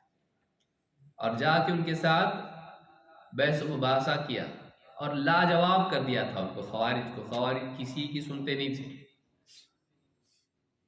2 یا 4 ہزار لوگ توبہ کر کے ان کے ساتھ ہو گئے، ان میں سے ان کی گفتگو کے اثر سے۔ کہا کہ بتاؤ تمہارے کیا اعتراض ہے؟ یہ اعتراض، یہ اعتراض، یہ اور کچھ ہے؟ کہا نہیں۔ ٹھیک ہے، اب پہلے کا جواب یہ، دوسرے کا جواب یہ، تیسرے کا جواب یہ، اور ہر مرتبہ بولتے رہتے اس سے نکل گیا میں، ہو گئی کلیئر بات؟ ہاں، تو اب اگلا۔ منواتے بھی تھے ان کو، ماننا کب وہ قوم، لیکن ایسا علم تھا کہ خوارج سے منوائی اپنی باتیں، تحکیم کا مسئلہ، اور اسی طرح سے حضرت عائشہ کے ساتھ میں مال غنیمت والا مسئلہ اور قیدی بنانے کا مسئلہ، اور حضرت علی کا جو نام امیر المؤمنین کٹ کیے تھے معاہدے میں حضرت معاویہ کے ساتھ میں، اس کے اوپر اعتراض کا جواب ابن عباس نے دیا۔ اتنا گہرا علم کہ نہ صرف تعلیم کی صلاحیت تھی بلکہ مناظرے کی بھی صلاحیت تھی، اور اکیلے جا کے سب سے بات کی، اور ان کی بات سے لوگ طائب ہوئے۔ لیکن وہ دیکھیں کیا کر رہے ہیں، زید بن ثابت سینئر ہیں، بڑے ہیں، وہ کیا کرتے؟ زید بن ثابت کون ہیں؟ نبی صلی اللہ علیہ وسلم پر جب بھی وحی نازل ہوتی قریبی رہتے تھے، فوراً بلا لیتے تھے، لکھو، قرآن کے لکھنے والے نبی صلی اللہ علیہ وسلم کے کاتب زید بن ثابت۔ اور جب قرآن بعد میں جمع کیا گیا، ذمہ داری انہیں کو دی گئی تھی۔ حضرت ابوبکر صدیق رضی اللہ عنہ کے زمانے میں جب قرآن جمع کیا گیا تو اس وقت میں بھی انہوں نے ذمہ داری انہیں کو دی تھی۔ اتنے علم والے کہ ان پر اعتماد تھا، یہ جمع کریں گے، جا کے سارا قرآن جو ہے ایک ساتھ انہوں نے جمع کیا، جو بکھرا ہوا لوگوں کے پاس تھا، کسی کو ایک صورت یاد، کسی کے پاس اتنا لکھا ہوا، کسی کے پاس، وہ ایک آفیشیل ڈیوٹی تھی جو انہوں نے نبھائی امیر المؤمنین کے حکم پر، پورا قرآن ایک ساتھ جمع کیا۔ زید بن ثابت، ابن عباس ان کا احترام کرتا ہے کیونکہ یہ چھوٹے تھے، کم عمر تھے، وہ بڑے، تو وہ عالم بھی ہے اور بڑا بھی ہے، دو چیزیں جمع ہو رہی ہیں۔ تو ابن عباس رضی اللہ تعالیٰ عنہ کیا کیے، سواری پر جب ان کے پاس سواری لائی گئی، ابن عباس رکاب پکڑ کے کھڑے ہو گئے، سوار ہو جائیے آپ، کھائی چھوڑ دو۔ کہا ہم علماء کے ساتھ، بڑوں کے ساتھ ایسے ہی کرتے ہیں۔ آج اگر کوئی کہے تو صوفی بولیں گے اس کو، یہ کیا ہے؟ ٹھیک ہے، وہ عالم منع کرے اور بات ہے، جیسا کہ زید بن ثابت رضی اللہ عنہ، یہ کیا ہے، چھوڑ دو، مت کرو ایسا۔ لیکن یہ طریقہ ہے، مسلمانوں میں رہا ہے، آج یہ چیز ہماری زندگی سے نکلتی جا رہی ہے۔ خود انس بن مالک رضی اللہ تعالیٰ عنہ آپ دیکھیے، نبی کریم صلی اللہ علیہ وسلم کے پیچھے پیچھے برچے اور پانی کا برتن ساتھی ان کا ہوتا تھا، لے کے جاتے تھے خدمت کے طور پر نبی صلی اللہ علیہ وسلم کی۔ ابن عباس رضی اللہ تعالیٰ عنہ، نبی کریم صلی اللہ علیہ وسلم استنجا کے لیے گئے، باہر آنے سے پہلے لا کے پانی رکھ دیا تاکہ وضو کریں۔ مجھے کون رکھا ہے؟ حضرت میمونہ نے کہا ابن عباس نے رکھا ہے۔ تو آپ نے ان کو دعا دی اللہم فقہہ فی الدین وعلم التأویل. یہ مزاج مسلمانوں کا ہے. ہمارے بچے علماء کی خدمت کریں. ہم کریں گے تو کریں گے نا وہ لوگ. خصوصاً ان علاقوں میں جہاں مسجد کا امام ہوتا ہے اور تنخواہ پر ہوتا ہے، وہ تو غلامی ہوتا ہے سمجھ لیجیے. بعض اوقات اس طرح کا ماحول جو ہمارے ملکوں میں دیکھنے میں آتا ہے تو ایسا لگتا ہے جیسے مطلب یہ کہیں سے خرید کے غلام لایا گیا ہے. احترام ہونا چاہیے علماء کا. علماء کا احترام ہونا چاہیے. عالم کی عزت ہو، اس سے محبت ہو، اس کی تعظیم ہو. وہ انسان ہے، اس سے علمی غلطیاں بھی ہو سکتی ہیں، زندگی میں اس کی اپنی غلطیاں ہو سکتی ہیں. لیکن بعض اوقات عوام اپنے کو اتنا پاک سمجھتی کہ کوئی کچھ بولے تو برداشت نہیں کرتی، لیکن عالموں کے بارے میں جو جی میں بولے گی. لہٰذا علماء کا احترام بہت ضروری ہے. اور یہاں آپ دیکھیں کہ کس طرح سے صحابہ لوگوں کے سامنے ہی کرتے تھے تاکہ وقار معلوم ہو، علماء کا مقام معلوم ہو. ابن عباس اس طرح سے انہوں نے کیا تاکہ لوگ دیکھیں. آج ہمارے پاس روایت موجود ہے اور انہوں نے کیا کہا، ہَكَذَا يُفْعَلُ بِالْعُلَمَاءِ وَالْكُبَرَاءِ. ہم اپنے علماء اور اپنے بڑوں کے ساتھ ایسا ہی کرتے ہیں. نہ صرف علماء بلکہ قوم کا سردار، سماج کا بزرگ آدمی، بڑا آدمی، ان سب کے ساتھ ایسا ہم کرتے ہیں. جس سماج میں بڑوں کا احترام نہ ہو وہ برباد ہو جاتا ہے، چاہے وہ بڑائی علم کے اعتبار سے، عہدے کے اعتبار سے، عمر کے اعتبار سے ہو. یہ ہونا چاہیے. چاہے علم کے اعتبار سے بڑائی ہو علماء، چاہے عہدے کے اعتبار سے ہو حکام، چاہے عمر کے اعتبار سے ہو بوڑھا آدمی. یہ بڑائی ہے. اپنے بڑوں کا ہم احترام کرتے ہیں، ان کے ساتھ بدتمیزی نہیں کرتے، ناقدری ان کی نہیں کرتے. وہ قوم ہمیشہ سعادت مند رہتی جو بڑوں کا احترام کرتی ہے.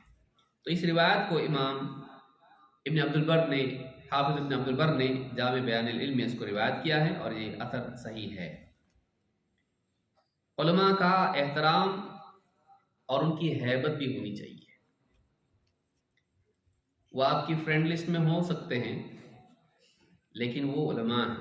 بعض اوقات بے تکلفی حدیں پار کر جاتی ہے. حدود کو یاد رکھا جائے. خصوصاً عمر دراز علماء، ٹھیک ہے آپ کی عمر کا کوئی آپ کے ساتھ پڑھنے والا ہے، ٹھیک ہے، لیکن اگر عمر دراز اور بزرگ علماء ہیں ان کا احترام ہونا چاہیے، حدیں یاد رکھنی چاہیے. بلکہ صحابہ میں بعض صحابہ کی ہیبت بہت زیادہ ہوا کرتی تھی. ابن عباس رضی اللہ تعالیٰ عنہ جن کا تذکرہ گزرا، اور یہ خاص شاگرد بھی تھے، خادم بھی تھے. حضرت عمر کی خدمت اور ساتھ ملازمت ان کی تھی، اور حضرت عمر بھی ان سے بہت محبت کرتے تھے. کہتے ہیں مکثت سنة اريد ان اسأل عمر بن الخطاب عن آية فما استطيع ان اسأله هيبة له. کہتے ہیں ایک سال ایک آیت کے بارے میں عمر بن خطاب رضی اللہ تعالیٰ سے پوچھنا چاہتا تھا. ایک سال تک نہیں پوچھ سکا. میری ہمت ہی نہیں بندی ان سے پوچھنے کی، ان کی ہیبت کی وجہ سے. اتنا رعب ان کا تھا. تو اس سے معلوم ہوتا ہے کہ صحابہ، حضرت ابن عباس بھی نبی صلی اللہ علیہ وسلم کے چچا زاد بھائی ہیں، فیملی میں سے ہیں، لیکن پھر بھی وہ حضرت عمر کا اتنا احترام کرتے تھے. ان کی ہیبت اتنی تھی ان کے اوپر کہ ایک آیت پوچھنی تھی ان کو کہ وہ کون سی دو خواتین تھیں جن کے بارے میں سورہ تحریم کی آیت نازل ہوئی. تو سوچتے کہ آج پوچھوں گا، کل موقع دیکھتے دیکھتے موقع ہی نہیں ملتا تھا، اور ہمیشہ سوچتے تھے کہ نہیں جانے دو ابھی نہیں. ایک مرتبہ کہتے ہیں کہ میں وضو کرا رہا تھا ان کو، تب موقع مجھے ایسا لگا کہ ٹھیک ٹائم دکھ رہا ہے، یہ پوچھ لیا ان سے. ان کا عائشہ اور حفصہ دونوں کا نام بتا دیا نے. تو کہتے بہت تلاش کر کے موقع ملا تو ایک بار وضو ان کو کرا رہا تھا، تھوڑا موڈ ٹھیک دکھائی دیا، بتا سکتے ہیں، تو میں نے پوچھ لیا ان سے اور جواب دیا انہوں نے. ایک سال تک ایک مسئلے کا ہم تو مسئلہ ہی چھوڑ دیں گے، ایک سال تک انتظار کون کرے بھائی. علماء کا ادب ہونا چاہیے، احترام ہونا چاہیے، کیونکہ بعض مسائل ایسے ہوتے ہیں جو بہت ہی دل آزاری والے بھی ہوتے ہیں. مثلا ایک عالم ہے، اب اس عالم کے بارے میں کسی نے اس کے رد میں کتاب لکھی، ادب نہیں ہوتا ہے. وہ فلاں کتاب آپ کے خلاف لکھی ہے، اس کا جواب لکھ رہے، کب لکھ رہے مولانا صاحب؟ یا کسی عالم کی تردید میں کسی نے کچھ کہا ہو، اس کو نقل کرنا اپنی زبان سے، فلاں صاحب نے آپ کو جاہل لکھا ہے، تو بھی اسی کے ساتھ شامل ہو گیا۔ کسی کی بے ادبی کی بات کو نقل کرنا عالم کے سامنے، یہ اس کی بے ادبی کی ایک شکل ہے۔ آپ سوچئے کہ عالم صاحب آپ کے بارے میں تو جاہل لکھ دیا ہو، آپ جاہل بولتا ہے، تو یہ آپ کا بھی بولنا شمار ہو رہا ہے، یہ ادب کے خلاف ہے۔ عالم کی ہیبت ہونا چاہیے کہ کیا بولا جائے کیا نہ بولا جائے، چونکہ اس مسئلے میں خود حضرت عمر رضی اللہ تعالیٰ عنہ کی بیٹی بھی شریک تھی، حضرت حفصہ، اس آیت کے ضمن میں، لہٰذا یہ تھوڑا احتیاط کرتے تھے پوچھنے میں، پوچھو نہیں پوچھو، پوچھو نہیں پوچھو، پھر پوچھا۔ تو یہ بھی ایک انسان اہل علم کی ہیبت اس کے اوپر ہو، عام لوگوں کے جیسا معاملہ ان کے ساتھ نہ کرے، ان کا مقام، ان کا احترام، ان کی دل آزاری نہ ہو جائے، اس کا خیال رکھنا، یہ اصل چیزیں ہیں۔ دیکھیے علم معلومات کا نام نہیں ہے، معلومات data data data, copy paste جمع کیے، پی ڈی ایف سارے، ہاں یہ علم ہے؟ یہ صرف معلومات ہیں، یہ کمپیوٹر کی طرح ڈیٹا آپ جمع کر لیے۔ علم اگر آپ کی شخصیت کا حصہ نہ بنے تو کچھ بھی فائدہ نہیں۔ ویسے جیسا جو کھا رہے وہ جسم کا حصہ نہ بنے تو فائدہ کیا ہے؟ کھاتا کیوں ہے آدمی؟ قوت ملے۔ تو علم آپ کی شخصیت کا حصہ نہیں بن پا رہا ہے، آپ کے اندر نکھار پیدا نہیں ہو رہا، تو فائدہ کیا ہے پھر؟ خالی ڈیٹا ہارڈ ڈسک میں جمع ہونا آپ کی۔ بہت ضروری ہے کہ علم اس کے آداب کے ساتھ آئے، تو علماء کی ہیبت اور تعظیم دل میں ہونا یہ بھی ضروری ہے، بلکہ یہ آدمی مانے کہ علماء کا ہم پر حق ہے۔ اللہ کے نبی صلی اللہ علیہ وسلم فرماتے ہیں لیس منا من لم یجل کبیرنا ویرحم صغیرنا ویعرف لعالمنا حقہ، وہ ہم میں سے نہیں جو ہمارے بڑوں کا اجلال نہ کرے، ہمارے چھوٹوں پر رحم نہ کرے اور ہمارے عالم کا حق نہ جانے۔ امام احمد اور حاکم نے اس کو روایت کیا ہے، وہ ہم میں سے نہیں جو ہمارے بڑوں کا اجلال نہ کرے، یجل کبیرنا، ہمارے بڑوں کا احترام نہ کرے، عمر دراز لوگوں کا یا عہدے کے اعتبار سے بڑوں کا، وَيَرْحَمْ صَغِيرَنَا، اور ہمارے چھوٹوں پر رحم نہ کرے، چاہے وہ چھوٹے عمر کے اعتبار سے ہوں یا مالی اعتبار سے یا کسی بھی اعتبار سے ہوں۔ وَيَعْرِفْ لِعَالِمِنَا حَقَّهُ، اور ہمارے عالم کا حق نہ جانے وہ ہم میں سے نہیں۔ معلوم ہے کہ عالم کا حق ہوتا ہے، ہمارے سماج میں الٹا معاملہ ہے، ہم یہ سمجھتے ہیں کہ ہمارا عالم پر حق ہوتا ہے۔ عالم صاحب، میں نے وہ اب میسج آئے گا، آپ لمبا میسج آئے گا، کہیں سے کاپی پیسٹ کیا ہے، عالم صاحب ذرا دیکھ کے اس کا ذرا تحقیق کر کے جواب دو، 40 حدیثیں ہیں، صحیح ہیں ضعیف ہے، ذرا دیکھ کے بتاؤ۔ فجر میں بھیجا ہے، رات کے 2 بجے پھر آئے گا کوشچن مارک، کیا کچھ بولے گا نہیں، کیا بھیجے گا کوشچن، وہ بھی کون سا، ریڈ والا ایک دم، ہاں، اور ساتھ میں ایک آدھ ایموجی بھی ہوگا، رونے والی، غصے والی، جو بھی ہے۔ مطلب کیا چل کیا رہا ہے، جواب کیوں نہیں دے رہے آپ؟ پھر بھی اگر عالم نہ دے تو 2 کوشچن ہیں۔ ہم یہ سمجھتے ہیں عالم صاحب کا تھوڑا مصروف تھا تو برداشت نہیں کرتا آدمی، یعنی آپ کا غلام ہے عالم، آپ نے جواب دینا چاہیے۔ میں آپ کو میسج کیا ہوں، آپ جواب کیوں نہیں دے رہے؟ قیامت کے دن اللہ آپ کو پکڑے گا، یہ برابر یاد ہے، اور تجھ کو نہیں پکڑے گا؟ کبھی پوچھا عالم کے حال احوال؟ تیری ضرورت کے وقت میں تو ان کو پوچھ رہا ہے، تیرے کام کے لیے، پھر جو بھول جائے گا اس کے بعد پھر معلوم نہیں کب یاد کرے۔ بیمار ہیں، صحت مند ہے، بیوی کا کیا حال ہے ان کے، بچوں کا کیا حال ہے ان کے، کبھی پوچھا اس بارے میں؟ قرآن اللہ تعالیٰ تجھ سے قیامت کے دن نہیں پوچھے گا؟ اپنی ذمہ داری کون یاد رکھتا ہے؟ سب سمجھتے ہیں کہ یہ عالم بن گیا کا مطلب یہ کہ ان کا کام ہے، ان کی ڈیوٹی ہے، یہ انہوں نے کرنا چاہیے۔ تیری ڈیوٹی کیا ہے؟ عالم کا ہم اپنے اوپر حق مانیں کہ ان کی دعوت میں ہم ان کا تعاون کریں، ان کی تکلیفوں میں ان کے ہم کام آئیں۔ عالم بیمار ہے، دواخانے میں پڑا ہے، کوئی جاتا نہیں، الا ماشاء اللہ جانے والے جاتے ہیں۔ جب وہ عالم مر جاتا ہے پھر اس کے پر آئے گا امت کا بڑا نقصان ہوا ہے، امت کا بہت بڑا نقصان ہوا ہے، سیٹ کم ہوئی دیوار میں سے امت کی جو واپس سے اس کی بھرپائی نہیں ہو پائے گی۔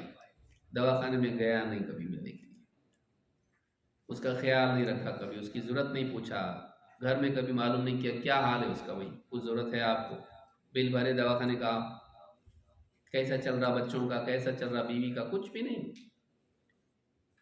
یہ رسمی زندگی ہماری جو یہ مصنوعی زندگی ہے یہ نقصان والی ہے، علماء کا خیال رکھیے، یہ نہیں رہے دین ختم، کچھ کا کچھ دین سمجھ کے عمل کرنے لگیں گے۔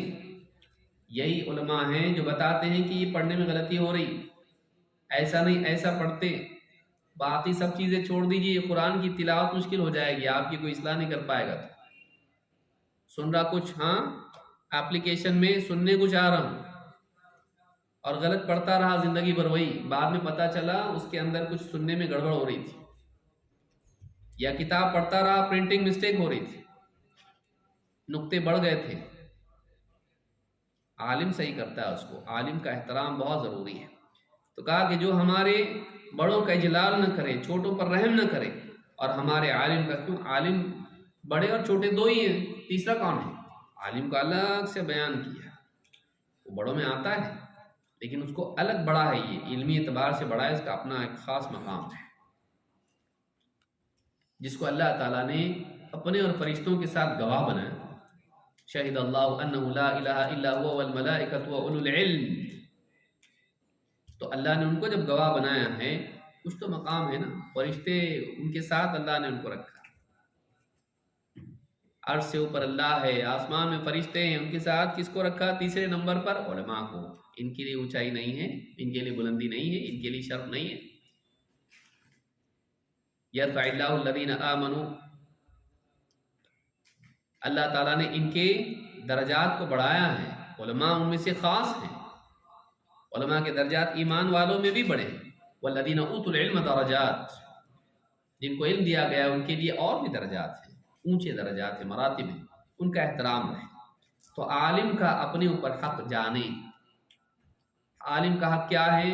اس کا احترام کیا جائے، اس کی عزت کا دفاع کیا جائے، اس کی عزت کا دفاع کیا جائے، اس کی دینی کاموں میں اس کا تعاون کیا جائے، اگر اللہ توفیق دے تو اس کی زندگی میں اس کا تعاون کیا جائے، مرض ہے کچھ ہے علمی کام کر رہا ہے، آپ اس کے کچھ کام آ جائیں، وہ کتاب ڈھونڈ رہا ہوں مل نہیں رہی کہاں سے، آپ کو معلوم پڑ گیا، آپ جا کے لے کر آگے دے دیں، یہ کتاب لیجیے، یہ کتاب ڈھونڈ رہے تھے آپ، ہاں، ارے آپ کو کہاں سے ملی؟ ہاں میں ڈھونڈ لایا، آپ کا وقت بچے گا، آپ ڈھونڈتے تو آپ کا وقت جاتا، آپ اتنا ہی پڑھنے میں اور تحقیق کرنے میں لگائیے، میرے دعا کیجیے، نہیں کر سکتے یہ کام کر سکتے ہیں۔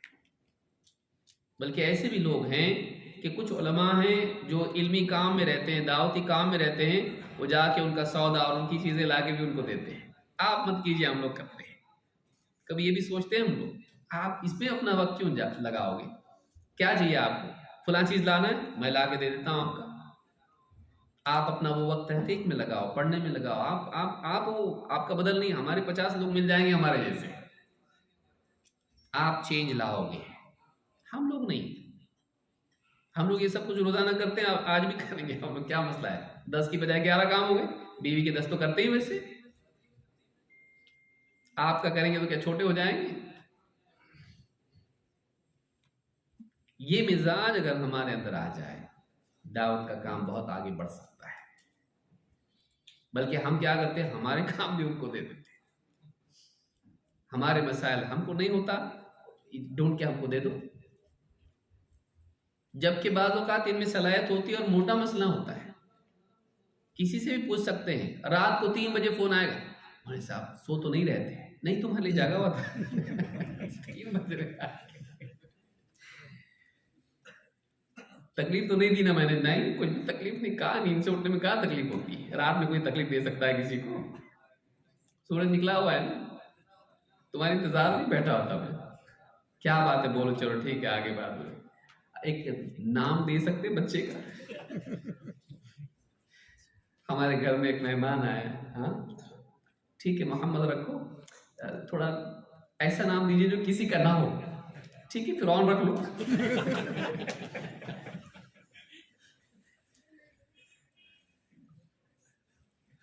دس نام ایسے بھیجیے جو عام نام ہو, میننگ کے ساتھ بھیجیے, زیر زبر کے ساتھ بھیجیے. اب عالم کر رہا ہے کام. ہاں, اور وہ بھی کب بھیجے گا؟ کل عقیقہ ہے, ذرا جلدی بھیجو, کل نام رکھنا, کل عقیقہ ہے. اتنے دن سو رہا تھا. آپ سوچیے, ہم گویا کہ سمجھتے وہ خادم ہمارے لیے ویٹ کر رہے. ہاں صاحب بتائیے, جیسا ہوٹل میں ویٹر ہوتا ہے وہ انتظار میں ہوتا ہے, آپ حکم تو دیجیے میں ویٹ کر رہا ہوں. عالم کو ایسا سمجھتے ہیں, بلکہ بعض اوقات یہ سمجھتے ہیں کہ ان کو اور کچھ کام ہی نہیں, ہمارا ہی کام ہے ان کے لیے.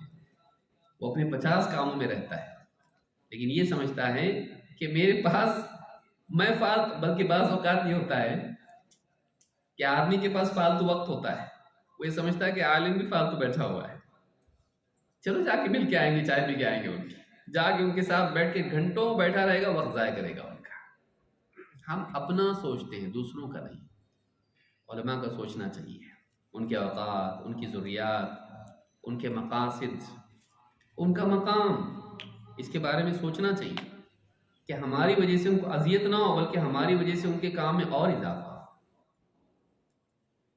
اور اگر ان کی غیر موجودگی میں ان کا تذکرہ آئے, تعظیم کے ساتھ, عزت کے ساتھ ہو, کیونکہ عالم دین کی عزت دین کی عزت ہے. دلوں سے دین کی عزت نکل جاتی ہے جب عالم کی عزت دل سے نکل جاتی ہے. دیکھ لیجئے اس کو تجربہ کر کے, بہت ضروری ہے. ابن عساکر رحمہ اللہ فرماتے ہیں اعلم یا اخی, اور یہ بہت یاد رکھنے کی چیز ہے. علماء عام طور سے اس کو ذکر کرتے ہیں جب علماء کے بارے میں بدزبانی آدمی کرتا ہے. یہ بہت جامع الفاظ میں انہوں نے بہت اچھی بات کہی ہے. کہتے ہیں ابن عساکر کہتے ہیں اعلم یا اخی وفقنی اللہ و ایاک لمرضاتہ, اچھی طرح جان لے میرے بھائی, اچھی طرح اس بات کو جان لے. وفقنی اللہ و ایاک لمرضاتہ, اللہ تعالیٰ مجھے بھی اور تجھے بھی اللہ کی رضا کی اعمال کی توفیق دے. وجعلنا ممن یخشاہ ویتقی, اور اللہ تعالیٰ ہم سب کو ایسے لوگوں میں سے بنائیں جو اللہ تعالیٰ سے ڈرتے ہیں اور پرہیزگاری اختیار کرتے ہیں. ان لحوم العلماء مسمومہ, اچھی طرح اس بات کو جان لے کہ علماء کے گوشت زہریلے ہوتے ہیں.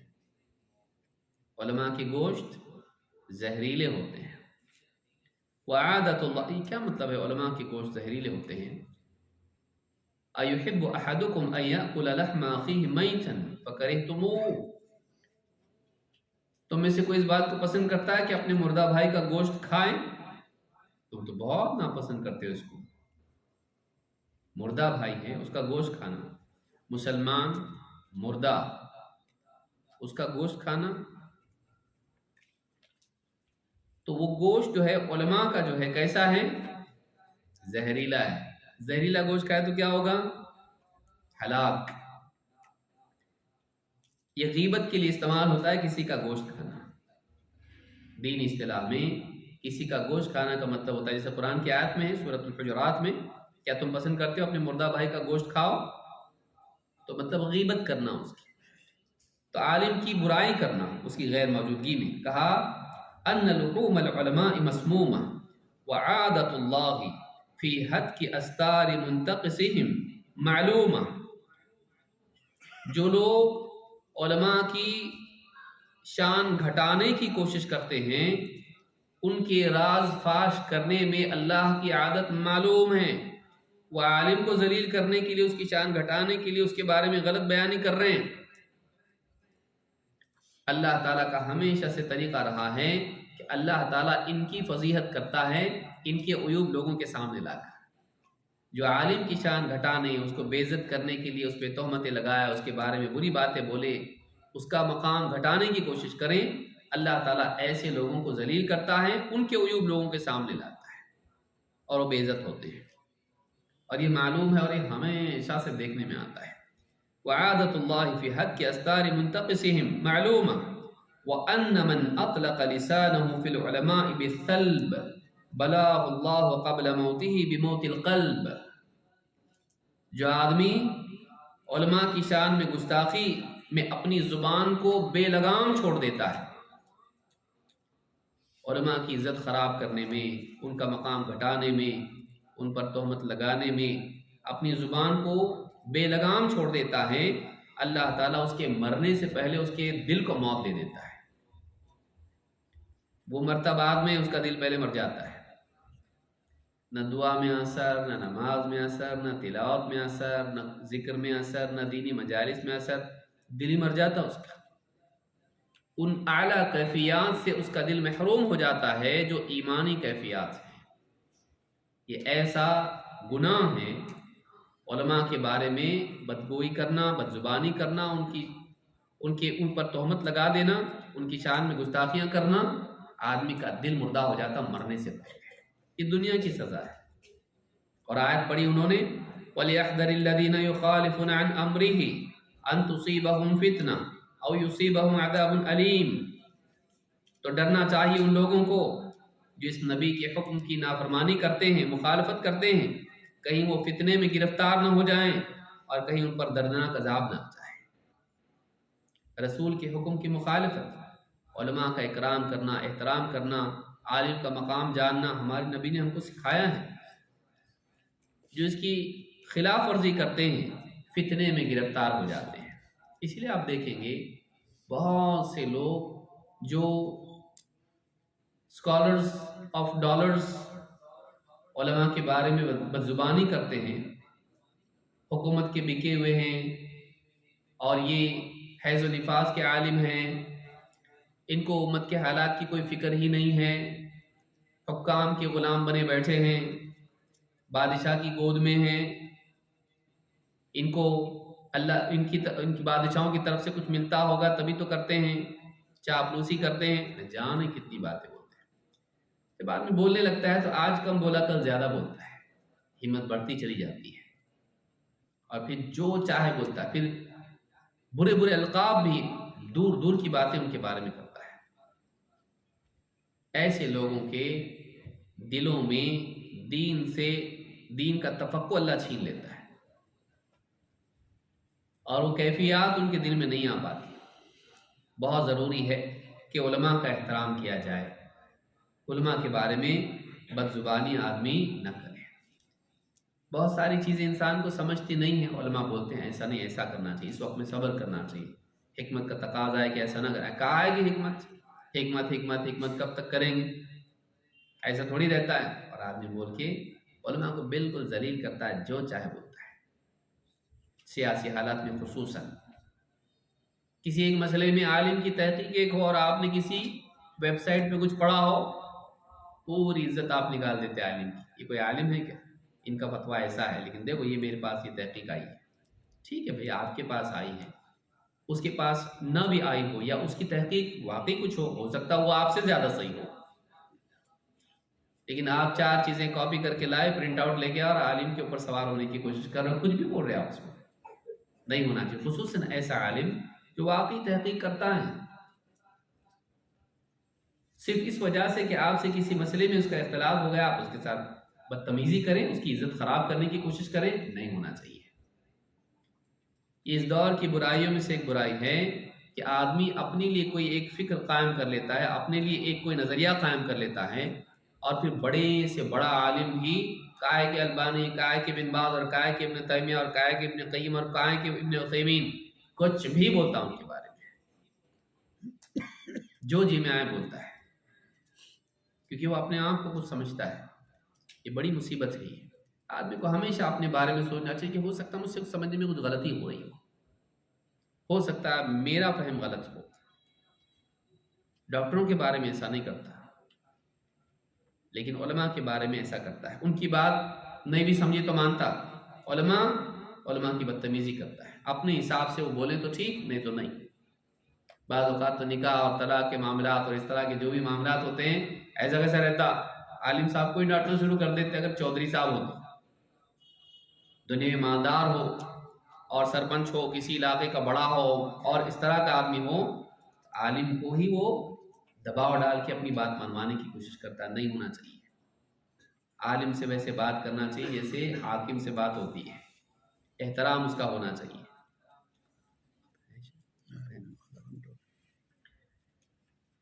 تو یہ باب نمبر 12 میں نے اس کو تفصیل سے اس لیے ذکر کیا اس لیے کہ باقی جتنی برکات ہیں علم کی یہ اس پر مبنی ہے۔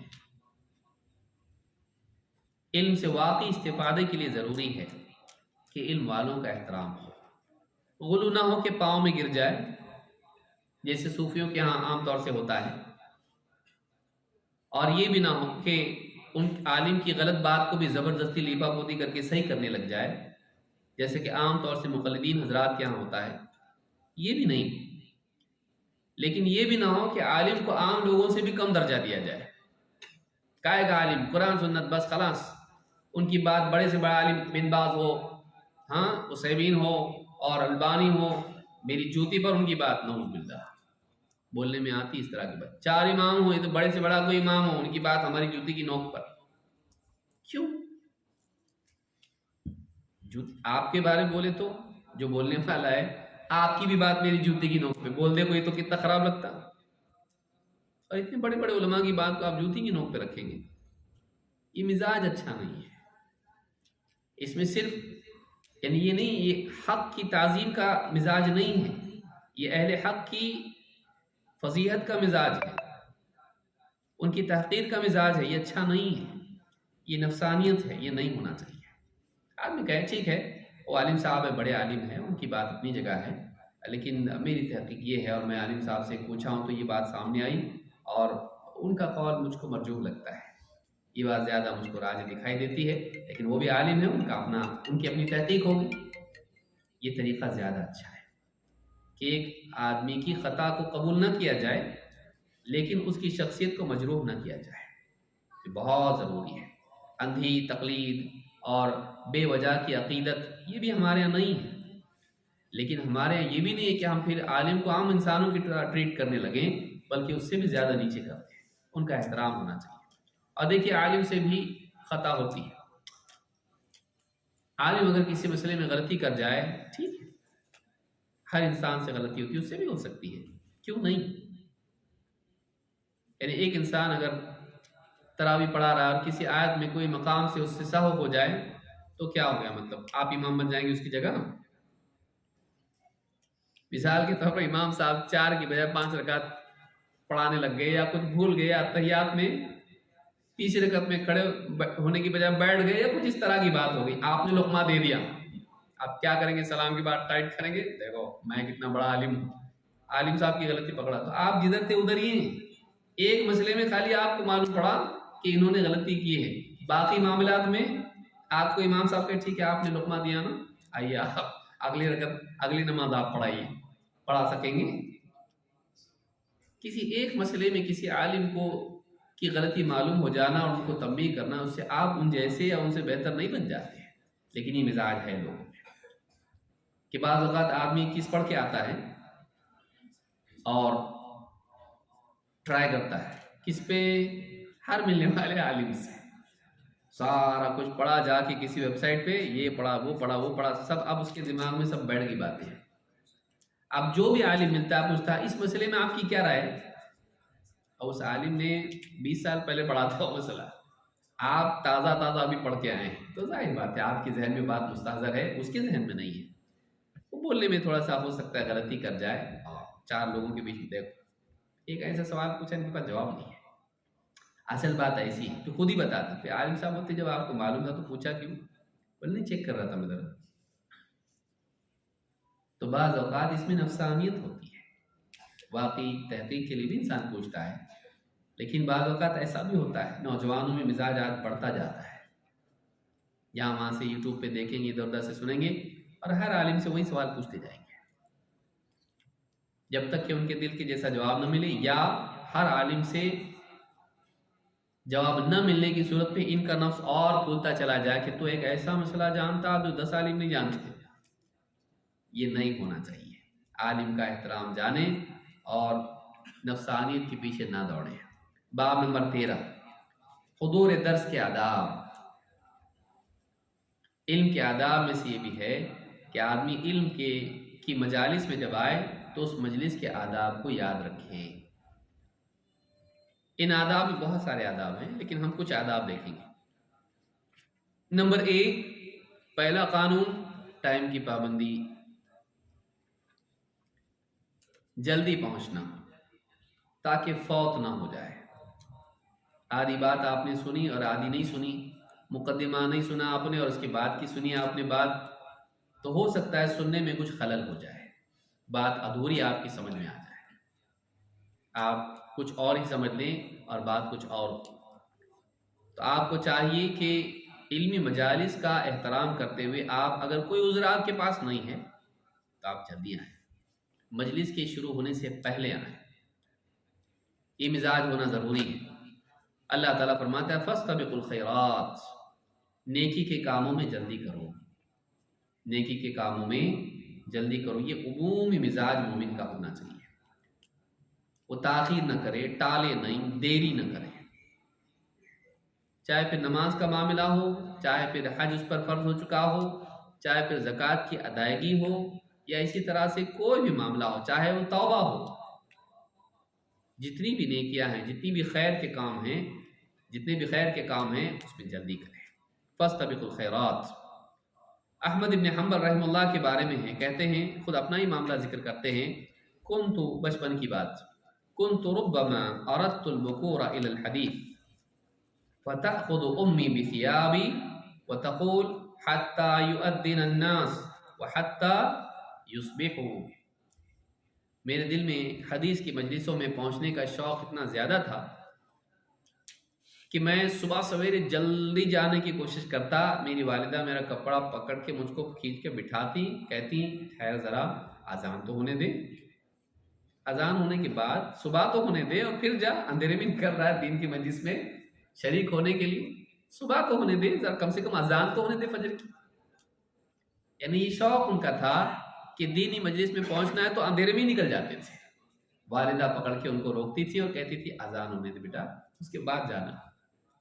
یہ مزاج ہمارے اندر ہونا چاہیے جو ان بچوں میں ہوا کرتا تھا، تب جا کے وہ اتنے بڑے بڑے امام بنے ہیں۔ بدقسمتی سے آپ دیکھیے، فلم دیکھنے والے بر وقت جاتے ہیں، وقت سے پہلے جاتے ہیں، میچ دیکھنے والے سب پاپ کارن جو لے کے پہلے سے بیٹھ جاتے ہیں۔ کتنی بدقسمتی کی بات ہے کہ دینی مجالس میں آدمی وقت پہ نہیں آئے، جلدی نہیں آئے، تاخیر کرے۔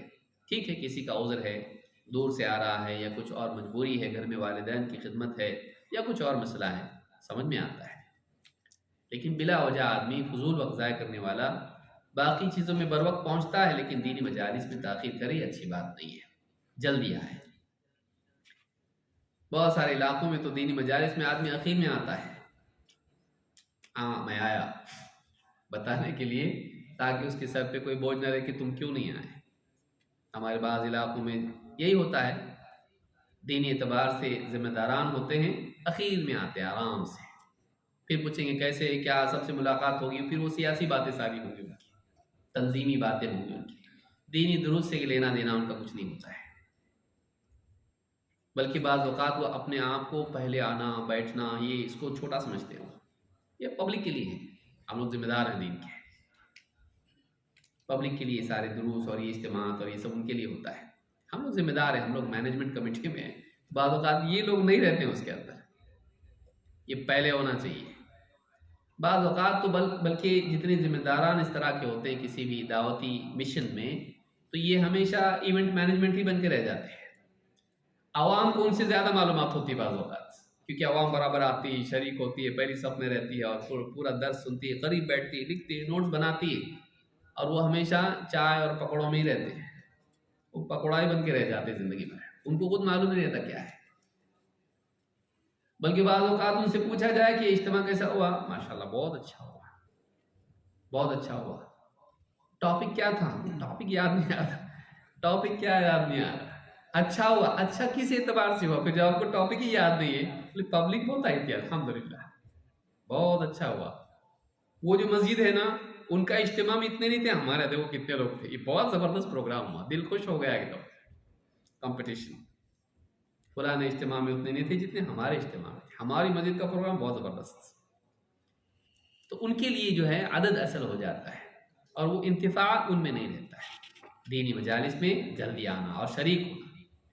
دوسرا ادب سلام کر کے مجلس میں آنا، لیکن سلام ایسا نہ ہو کہ سب ڈسٹرب ہو جائیں۔ آدمی سلام کرے تاکہ اخیر میں قریب کے لوگ سن لیں، آیا مجلس میں سلام کر دیا اس نے۔ سلام کر کے مجلس میں آنا، سلام کر کے مجلس سے جانا، کسی عذر کی وجہ سے جانا پڑے تو سلام کر کے جائے۔ اللہ کے نبی صلی اللہ علیہ وسلم فرماتے ہیں اذا انتهى احدكم الى المجلس فليسلم، جب تم میں سے کوئی آدمی کسی مجلس میں آئے تو وہ سلام کرے۔ فاذا اراد ان يقوم فليسلم، جب وہ جانے کا ارادہ کرے پھر سلام کرے۔ وليست الاولى باحق من الاخرہ، اور پہلا سلام بعد والے آخری سلام سے یا دوسرے سلام سے زیادہ حقدار نہیں ہے۔ یعنی پہلا سلام تو کیا نا، جاتے وقت ضروری تھوڑی نہ ہے، نہیں، جاتے وقت بھی اتنا ہی اہم ہے جتنا آتے وقت تھا۔ تو آدمی چاہے گھر میں آئے، آتے وقت بھی سلام اور جاتے وقت بھی سلام، مجلس میں آئے، آتے وقت بھی سلام اور جاتے وقت بھی سلام ہونا چاہیے۔ تو یہ امام احمد، ابو داؤد، ترمذی، ابن حبان اور حاکم نے اس کو روایت کیا ہے۔ اس سے معلوم ہوتا ہے کہ مجلس میں، اب یہاں مجلس عام ہے، کسی بھی مجلس میں آدمی آئے، آتے وقت بھی سلام کرے اور جاتے وقت بھی سلام کرے، اور بہتر یہ ہے کہ ایسے طریقے سے کرے کہ اس مجلس کو ڈسٹرب نہ کرے، کیونکہ سارے لوگوں کا جواب دینا لازم نہیں ہے۔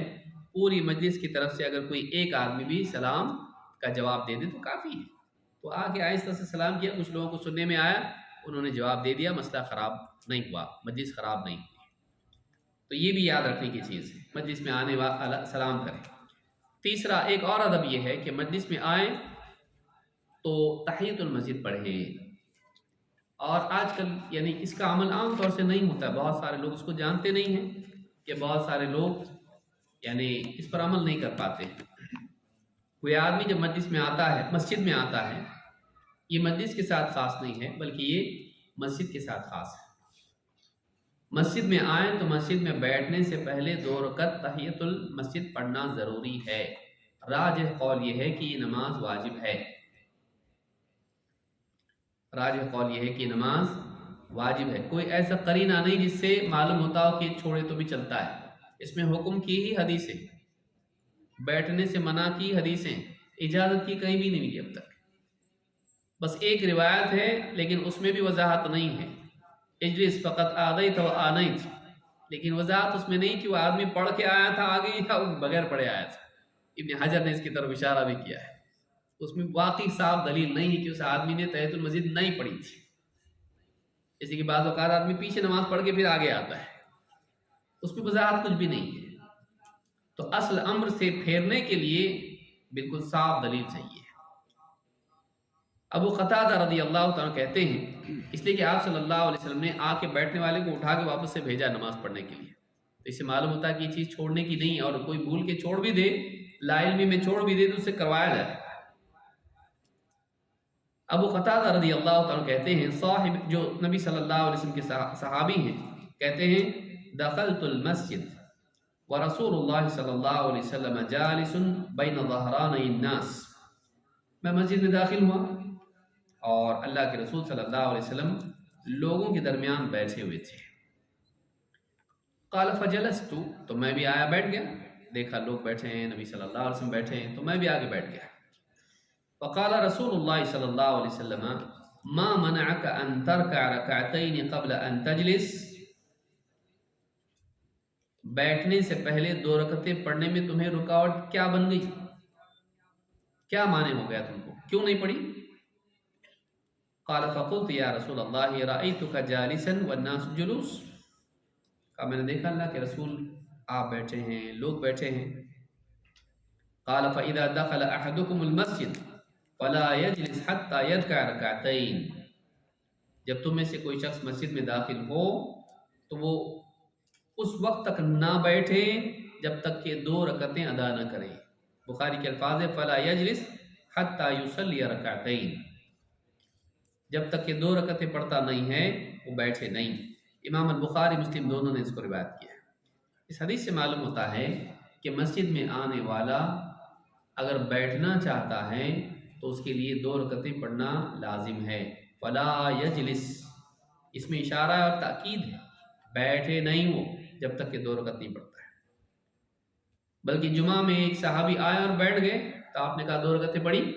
کہا نہیں، پڑھو اور ہلکی پڑھو۔ یعنی جمعہ کے خطبے میں جس کا سننا ضروری ہے،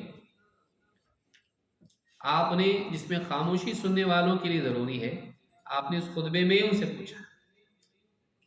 سلیک الغطفانی صحابی ہیں، ان سے پوچھا اور کہا کہ پڑھو، کھڑے ہو کے پڑھو، واپس سے پڑھو۔ بیٹھے ہوئے کو اٹھایا جمعہ کے خطبے میں، اس سے زیادہ اس کے وجوب کی دلیل اور کیا ہو سکتی ہے؟ آپ نے یعنی ان صحابی کو بیٹھے ہوئے کو جمعہ کے خطبے میں کھڑے ہو کے کہا کہ 2 رکعت پڑھ لو اور ہلکی پڑھو، تو اس سے وجوب ہی معلوم ہوتا ہے۔ راجح قول اس میں یہی لگتا ہے۔ تو اس حدیث سے بات معلوم ہوتی ہے کہ دینی مجلس میں جب ہم آئیں اور وہ مجلس مسجد میں ہو تو ایسی مجلس میں بیٹھنے سے پہلے 2 رکعت پڑھ لیں اور اس کے بعد شریک ہوں۔ ہاں، اگر کوئی آدمی یعنی بیٹھا ہوا تھا، اٹھ کے چلا گیا استنجا کے لیے یا کسی اور حاجت کے لیے اور فوری طور پر آ گیا، کوئی کال آ گیا، آپ باہر گئے اور کال آپ نے ریسیو کر کے پھر واپس اندر آئے، یا آپ کو استنجا کے لیے جانا پڑا اور جا کے واپس آ گئے، تو یہ لازم نہیں ہے۔ تابعین کا کہنا ہے کہ یہ لازم نہیں ہے۔ کیوں؟ اس لیے کہ مسجد وقتی طور پر چھوڑ کے جانے والا مسجد ہی کے حکم میں ہے۔ اسی لیے حدیث میں آیا ہے کہ جو آدمی اپنی مجلس سے جائے کسی کام کے لیے تھوڑی دیر کے لیے آئے تو وہی اس کا حقدار ہے جو جس جگہ پر بیٹھا ہوا تھا۔ تو گویا کہ وہ مسجد میں حاضرین کے حکم میں ہے۔ اس سے معلوم ہوتا ہے کہ وقتی طور پر تھوڑی دیر کے لیے اگر کوئی چلا جائے، ایک دم باہر جائے کال کے لیے یا کسی اور اس طرح کی چیز کے لیے جو ایک دم جا کے آیا، تو ایسا آدمی مسجد میں بیٹھنے والوں کے حکم میں، اس کے لیے ضروری نہیں کہ پھر سے وہ 2 رکعت پڑھے، پھر سے وہ 2 رکعت پڑھنا اس کے لیے ضروری نہیں ہے۔ اسی طرح سے مسجد میں آنے والا بدبو کے ساتھ نہ آئے اور بیٹھے ہوئے لوگوں کو اذیت نہ پہنچائے کسی بھی اعتبار سے۔ جابر رضی اللہ تعالیٰ عنہ، جابر بن عبداللہ رضی اللہ تعالیٰ عنہ کہتے ہیں، نہا رسول اللہ صلی اللہ علیہ وسلم عن اکل البصل والکراث، اللہ کے رسول صلی اللہ علیہ وسلم نے ہم کو پیاز اور کراث پیاز ہی کی طرح کا ایک پودا ہوتا ہے جس کو انگلش میں نے تلاش کیا تو لیک اس کو کہتے ہیں، LEEK۔ وہ پیاز کی پتیاں جیسی ہوتی ہیں ویسے ہی وہ ہرے رنگ کا ہوتا ہے اور بدبودار تھوڑا ہوتا ہے، لہسن کی طرح ہوتا ہے۔ تو کہا کہ آپ نے ہم کو پیاز اور کراث کھانے سے منع کیا، فغلبتنا الحاجہ، تو ہم حاجت مند ہو گئے، مجبوری میں ہم کو کھانا پڑا، فاکلنا منہا، تو ہم نے کچھ کھا لی اس کو، بھوکے اتنے تھے کہ بھوک کی حالت میں گنجائش نکلتی ہے تو مجبوری میں ہم کو کھانا پڑا۔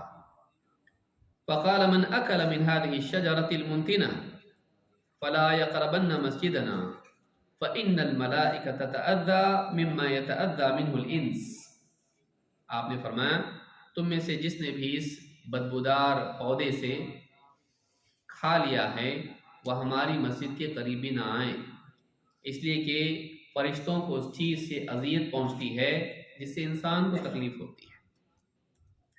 بدبو سے فرشتوں کو بھی تکلیف ہوتی ہے جیسے انسانوں کو ہوتی ہے، تو اگر بدبودار چیز کھا کے آیا ہے تو ہم کو اس سے تکلیف نہ دے، مسلمانوں کو اس سے تکلیف نہ دے۔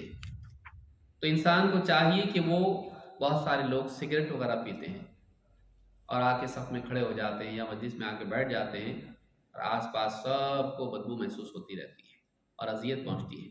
اس کو تو لگتا نہیں کچھ بھی، لیکن دوسروں کو جن کو پسند نہیں ہے ان کو 2 تکلیفیں ہوتی ہیں، بدبو کی تکلیف، دوسرا سگریٹ کی تکلیف جس سے ان کو نفرت ہے۔ تو اس طرح کی جتنی بھی چیزیں ہیں جو اذیت پہنچانے والی مجلس والوں کو، اس سے آدمی کو بچنا چاہیے۔ بعض اوقات آدمی موبائل فون لے کے بیٹھتا ہے مجلس میں اور نوٹیفیکیشن اس کا آن ہوتا ہے اور چاہنے والے اس کے بہت ہوتے ہیں اور 50 گروپ میں وہ لائف ٹائم ممبرشپ اس کی ہوتی ہے، ہر گروپ کے ایک کے بعد ایک نوٹیفیکیشن آتے رہتے ہیں اور آس پاس والوں کو تکلیف ہوتی، کیا ہے بھائی یہ بند کرو اس کو، لیکن وہ بند نہیں کرتا ہے۔ چڑیا کبھی کچھ اور، کبھی کچھ اور، بیل، اس طرح سے بار بار بار بار وہ ڈسٹرب کرنے والا بنتا ہے. تو کسی بھی چیز سے انسان دوسروں کو تکلیف نہ پہنچائے. تو بعض اوقات لوگ ایسے عطر لگا کے آتے ہیں، بھڑک کے عطر ایک دم، کہ بازو والا جو ہے اس کا سر دکھنا شروع ہو جاتا ہے. ایسا عطر بھی آدمی نہیں لگائے جس سے دوسروں کو اذیت پہنچتی ہے. اور بدبو کی بات تو بالکل اس میں موجود ہے. آدمی کو چاہیے کہ وہ ایسے لباس کے ساتھ بھی نہ آئے، ایسے کپڑوں میں نہ آئے کہ پسینے کے ساتھ آ گیا اور پوری بدبو محسوس ہو رہی. لوگوں کو بچنا چاہیے اس سے. تو مجلس میں آدمی آئیں تو بدبو سے اور اذیت پہنچانے سے اجتناب کریں. پھر مجلس کے آداب میں سے یہ ہے کہ معلم سے نزدیک ہو کر بیٹھے. معلم سے نزدیک ہو کر بیٹھے. یہ بھی ایک چیز ہے جو اس دور میں کم ہوتی جا رہی. بکھری ہوئی فوج بیٹھی ہوئی رہتی پوری. دینی مجالس میں حتی الامکان قرب ہونا چاہیے، اور جو خطیب ہو، جو معلم ہو، مدرس ہو، اس سے قربت ہونی چاہیے، اور یعنی دوری نہیں ہونا چاہیے. الا یہ کہ کسی کا کوئی عذر ہے، کوئی ٹیک لگا کے بیٹھا ہے، یا کسی کو پیٹھ میں تکلیف ہے، اسپونڈلٹیز یا اس طرح کی کوئی چیز اس کی ہے، کوئی اور مسئلہ ہے، ٹھیک ہے، انڈرسٹوڈ ہے، اس کو سمجھا جا سکتا ہے. لیکن بلا عذر آدمی مجلس میں کوئی ادھر بیٹھا تو کوئی ادھر بیٹھا تو کوئی کہیں اور بیٹھا ہوا ہے، یہ ادب مجالس کا نہیں ہے. دینی مجالس میں سمیٹ کے لوگوں کو بیٹھنا چاہیے. اس کا خیال رکھیں. اللہ تعالی ہم سب کو عمل کی توفیق عطا فرمائے. اس سے بولنے والے پر بھی اثر پڑتا ہے. آپ دیکھیے کسی مجلس میں خطیب ہو، ایک اس پلر کے پاس بیٹھا ہو، ادھر بیٹھا ہو، ایک ادھر بیٹھا ہو، اور سامنے کچھ بھی نہ ہو، کیسا لگے گا؟ آپ سوچیے. اس کا خطاب ہی آدھی جان تو اس کی وہیں آپ نے نکال لی. لیکن اگر لوگ سمٹ کے قریب بیٹھے ہوئے ہوں اور مجلس کا ایک مزاج ہو تو بولنے والے کی بات میں بھی قوت پیدا ہوتی ہے. اکثر مجالس میں اس طرح سے ہوتا ہے، یہ نہیں ہونا چاہیے.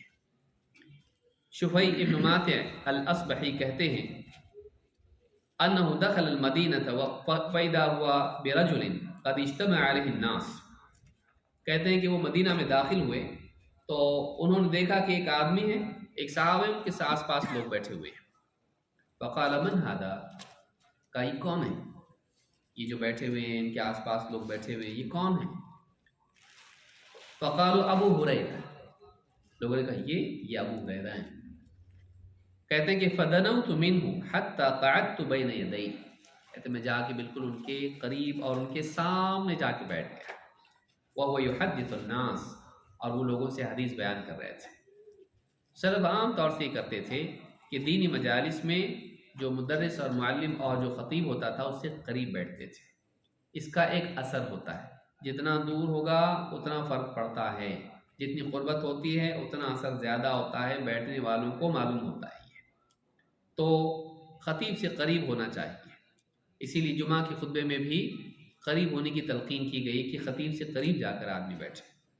تو امام ترمذی نے اس کو روایت کیا ہے، جس سے معلوم ہوتا ہے کہ یہ بھی ایک ادب ہے مجلس کا کہ خطیب سے قربت ہو، دوری نہ ہو، بلا عذر کوئی آدمی دور نہ بیٹھے. اسی طرح سے اس مجلس کے مزاج کی رعایت کریں اور اس مجلس میں ادب کے ساتھ بیٹھے. بہت سارے لوگ مجلسوں میں، دینی مجالس میں بالکل پاؤں پھیلا کے بیٹھتے ہیں. ٹھیک ہے، کسی کی مجبوری ہو تو اور بات ہے. میں نہیں سمجھتا کسی کی مجبوری ہے. اس لیے کہ بیٹی کے لیے رشتہ دیکھنے کے لیے آیا تو ایسا نہیں بیٹھتا ہوں. ایسا نہیں بیٹھتا ہے. ہاں، لڑکے والوں کے سامنے بیٹھا کبھی ایسا؟ میں ایسے ہی بیٹھتا ہوں. کسی کو بولے بھی تو کیا بولے گا؟ کیا اس میں مسئلہ ہے؟ میں ایسے ہی بیٹھتا ہوں، کچھ مسئلہ نہیں ہے. بیٹھنے میں تھوڑا سا تکلیف ہوتی ہے. اور وہی آدمی اگر کمپنی کا باس آ جائے گھر پہ تو بیٹھتا ہوئے سر پاؤں بیٹھ کے بیٹھے گا ایک. تو بہت ساری چیزیں ایسی جو ہم نے اپنے لیے چونچلے بنا رکھے ہیں اور عذر تلاش کر لیے ہیں، نہیں ہونا چاہیے. دینی مجالس میں ادب کے ساتھ بیٹھے، حتی الامکان ادب کے ساتھ بیٹھے. اسامہ ابن شریک رضی اللہ عنہ کہتے ہیں اتیت النبی صلی اللہ علیہ وسلم واصحابہ کانما علی رؤوسہم الطیر. میں اللہ کے نبی صلی اللہ علیہ وسلم کے پاس آیا اور آپ کے پاس آپ کے صحابہ ایسے حال میں بیٹھے تھے گویا کہ ان کے سروں پر پرندے بیٹھے ہوئے ہیں. گویا کہ ان کے سروں پر پرندے بیٹھے ہوئے، ایک دم ادب کے ساتھ مجلس میں بیٹھے ہوئے تھے. فسلمت ثم قعدت. میں نے سلام کیا اور پھر ان میں شامل ہو کے بیٹھ گیا۔ یہاں بھی آپ دیکھیں سلام کا ذکر دینی مجالس میں سلام کر کے آدمی آئے، اس کی بھی دلیل ملتی ہے صحابی سے۔ اس حدیث کو امام احمد اور ابو داؤد نے روایت کیا ہے۔ اس سے معلوم ہے کہ صحابہ دینی مجالس میں کیسا بیٹھتے تھے، ادب کے ساتھ، ایسا جیسے سروں پر پرندے بیٹھے ہوئے، کہ بیجا حرکتیں نہ ہوں۔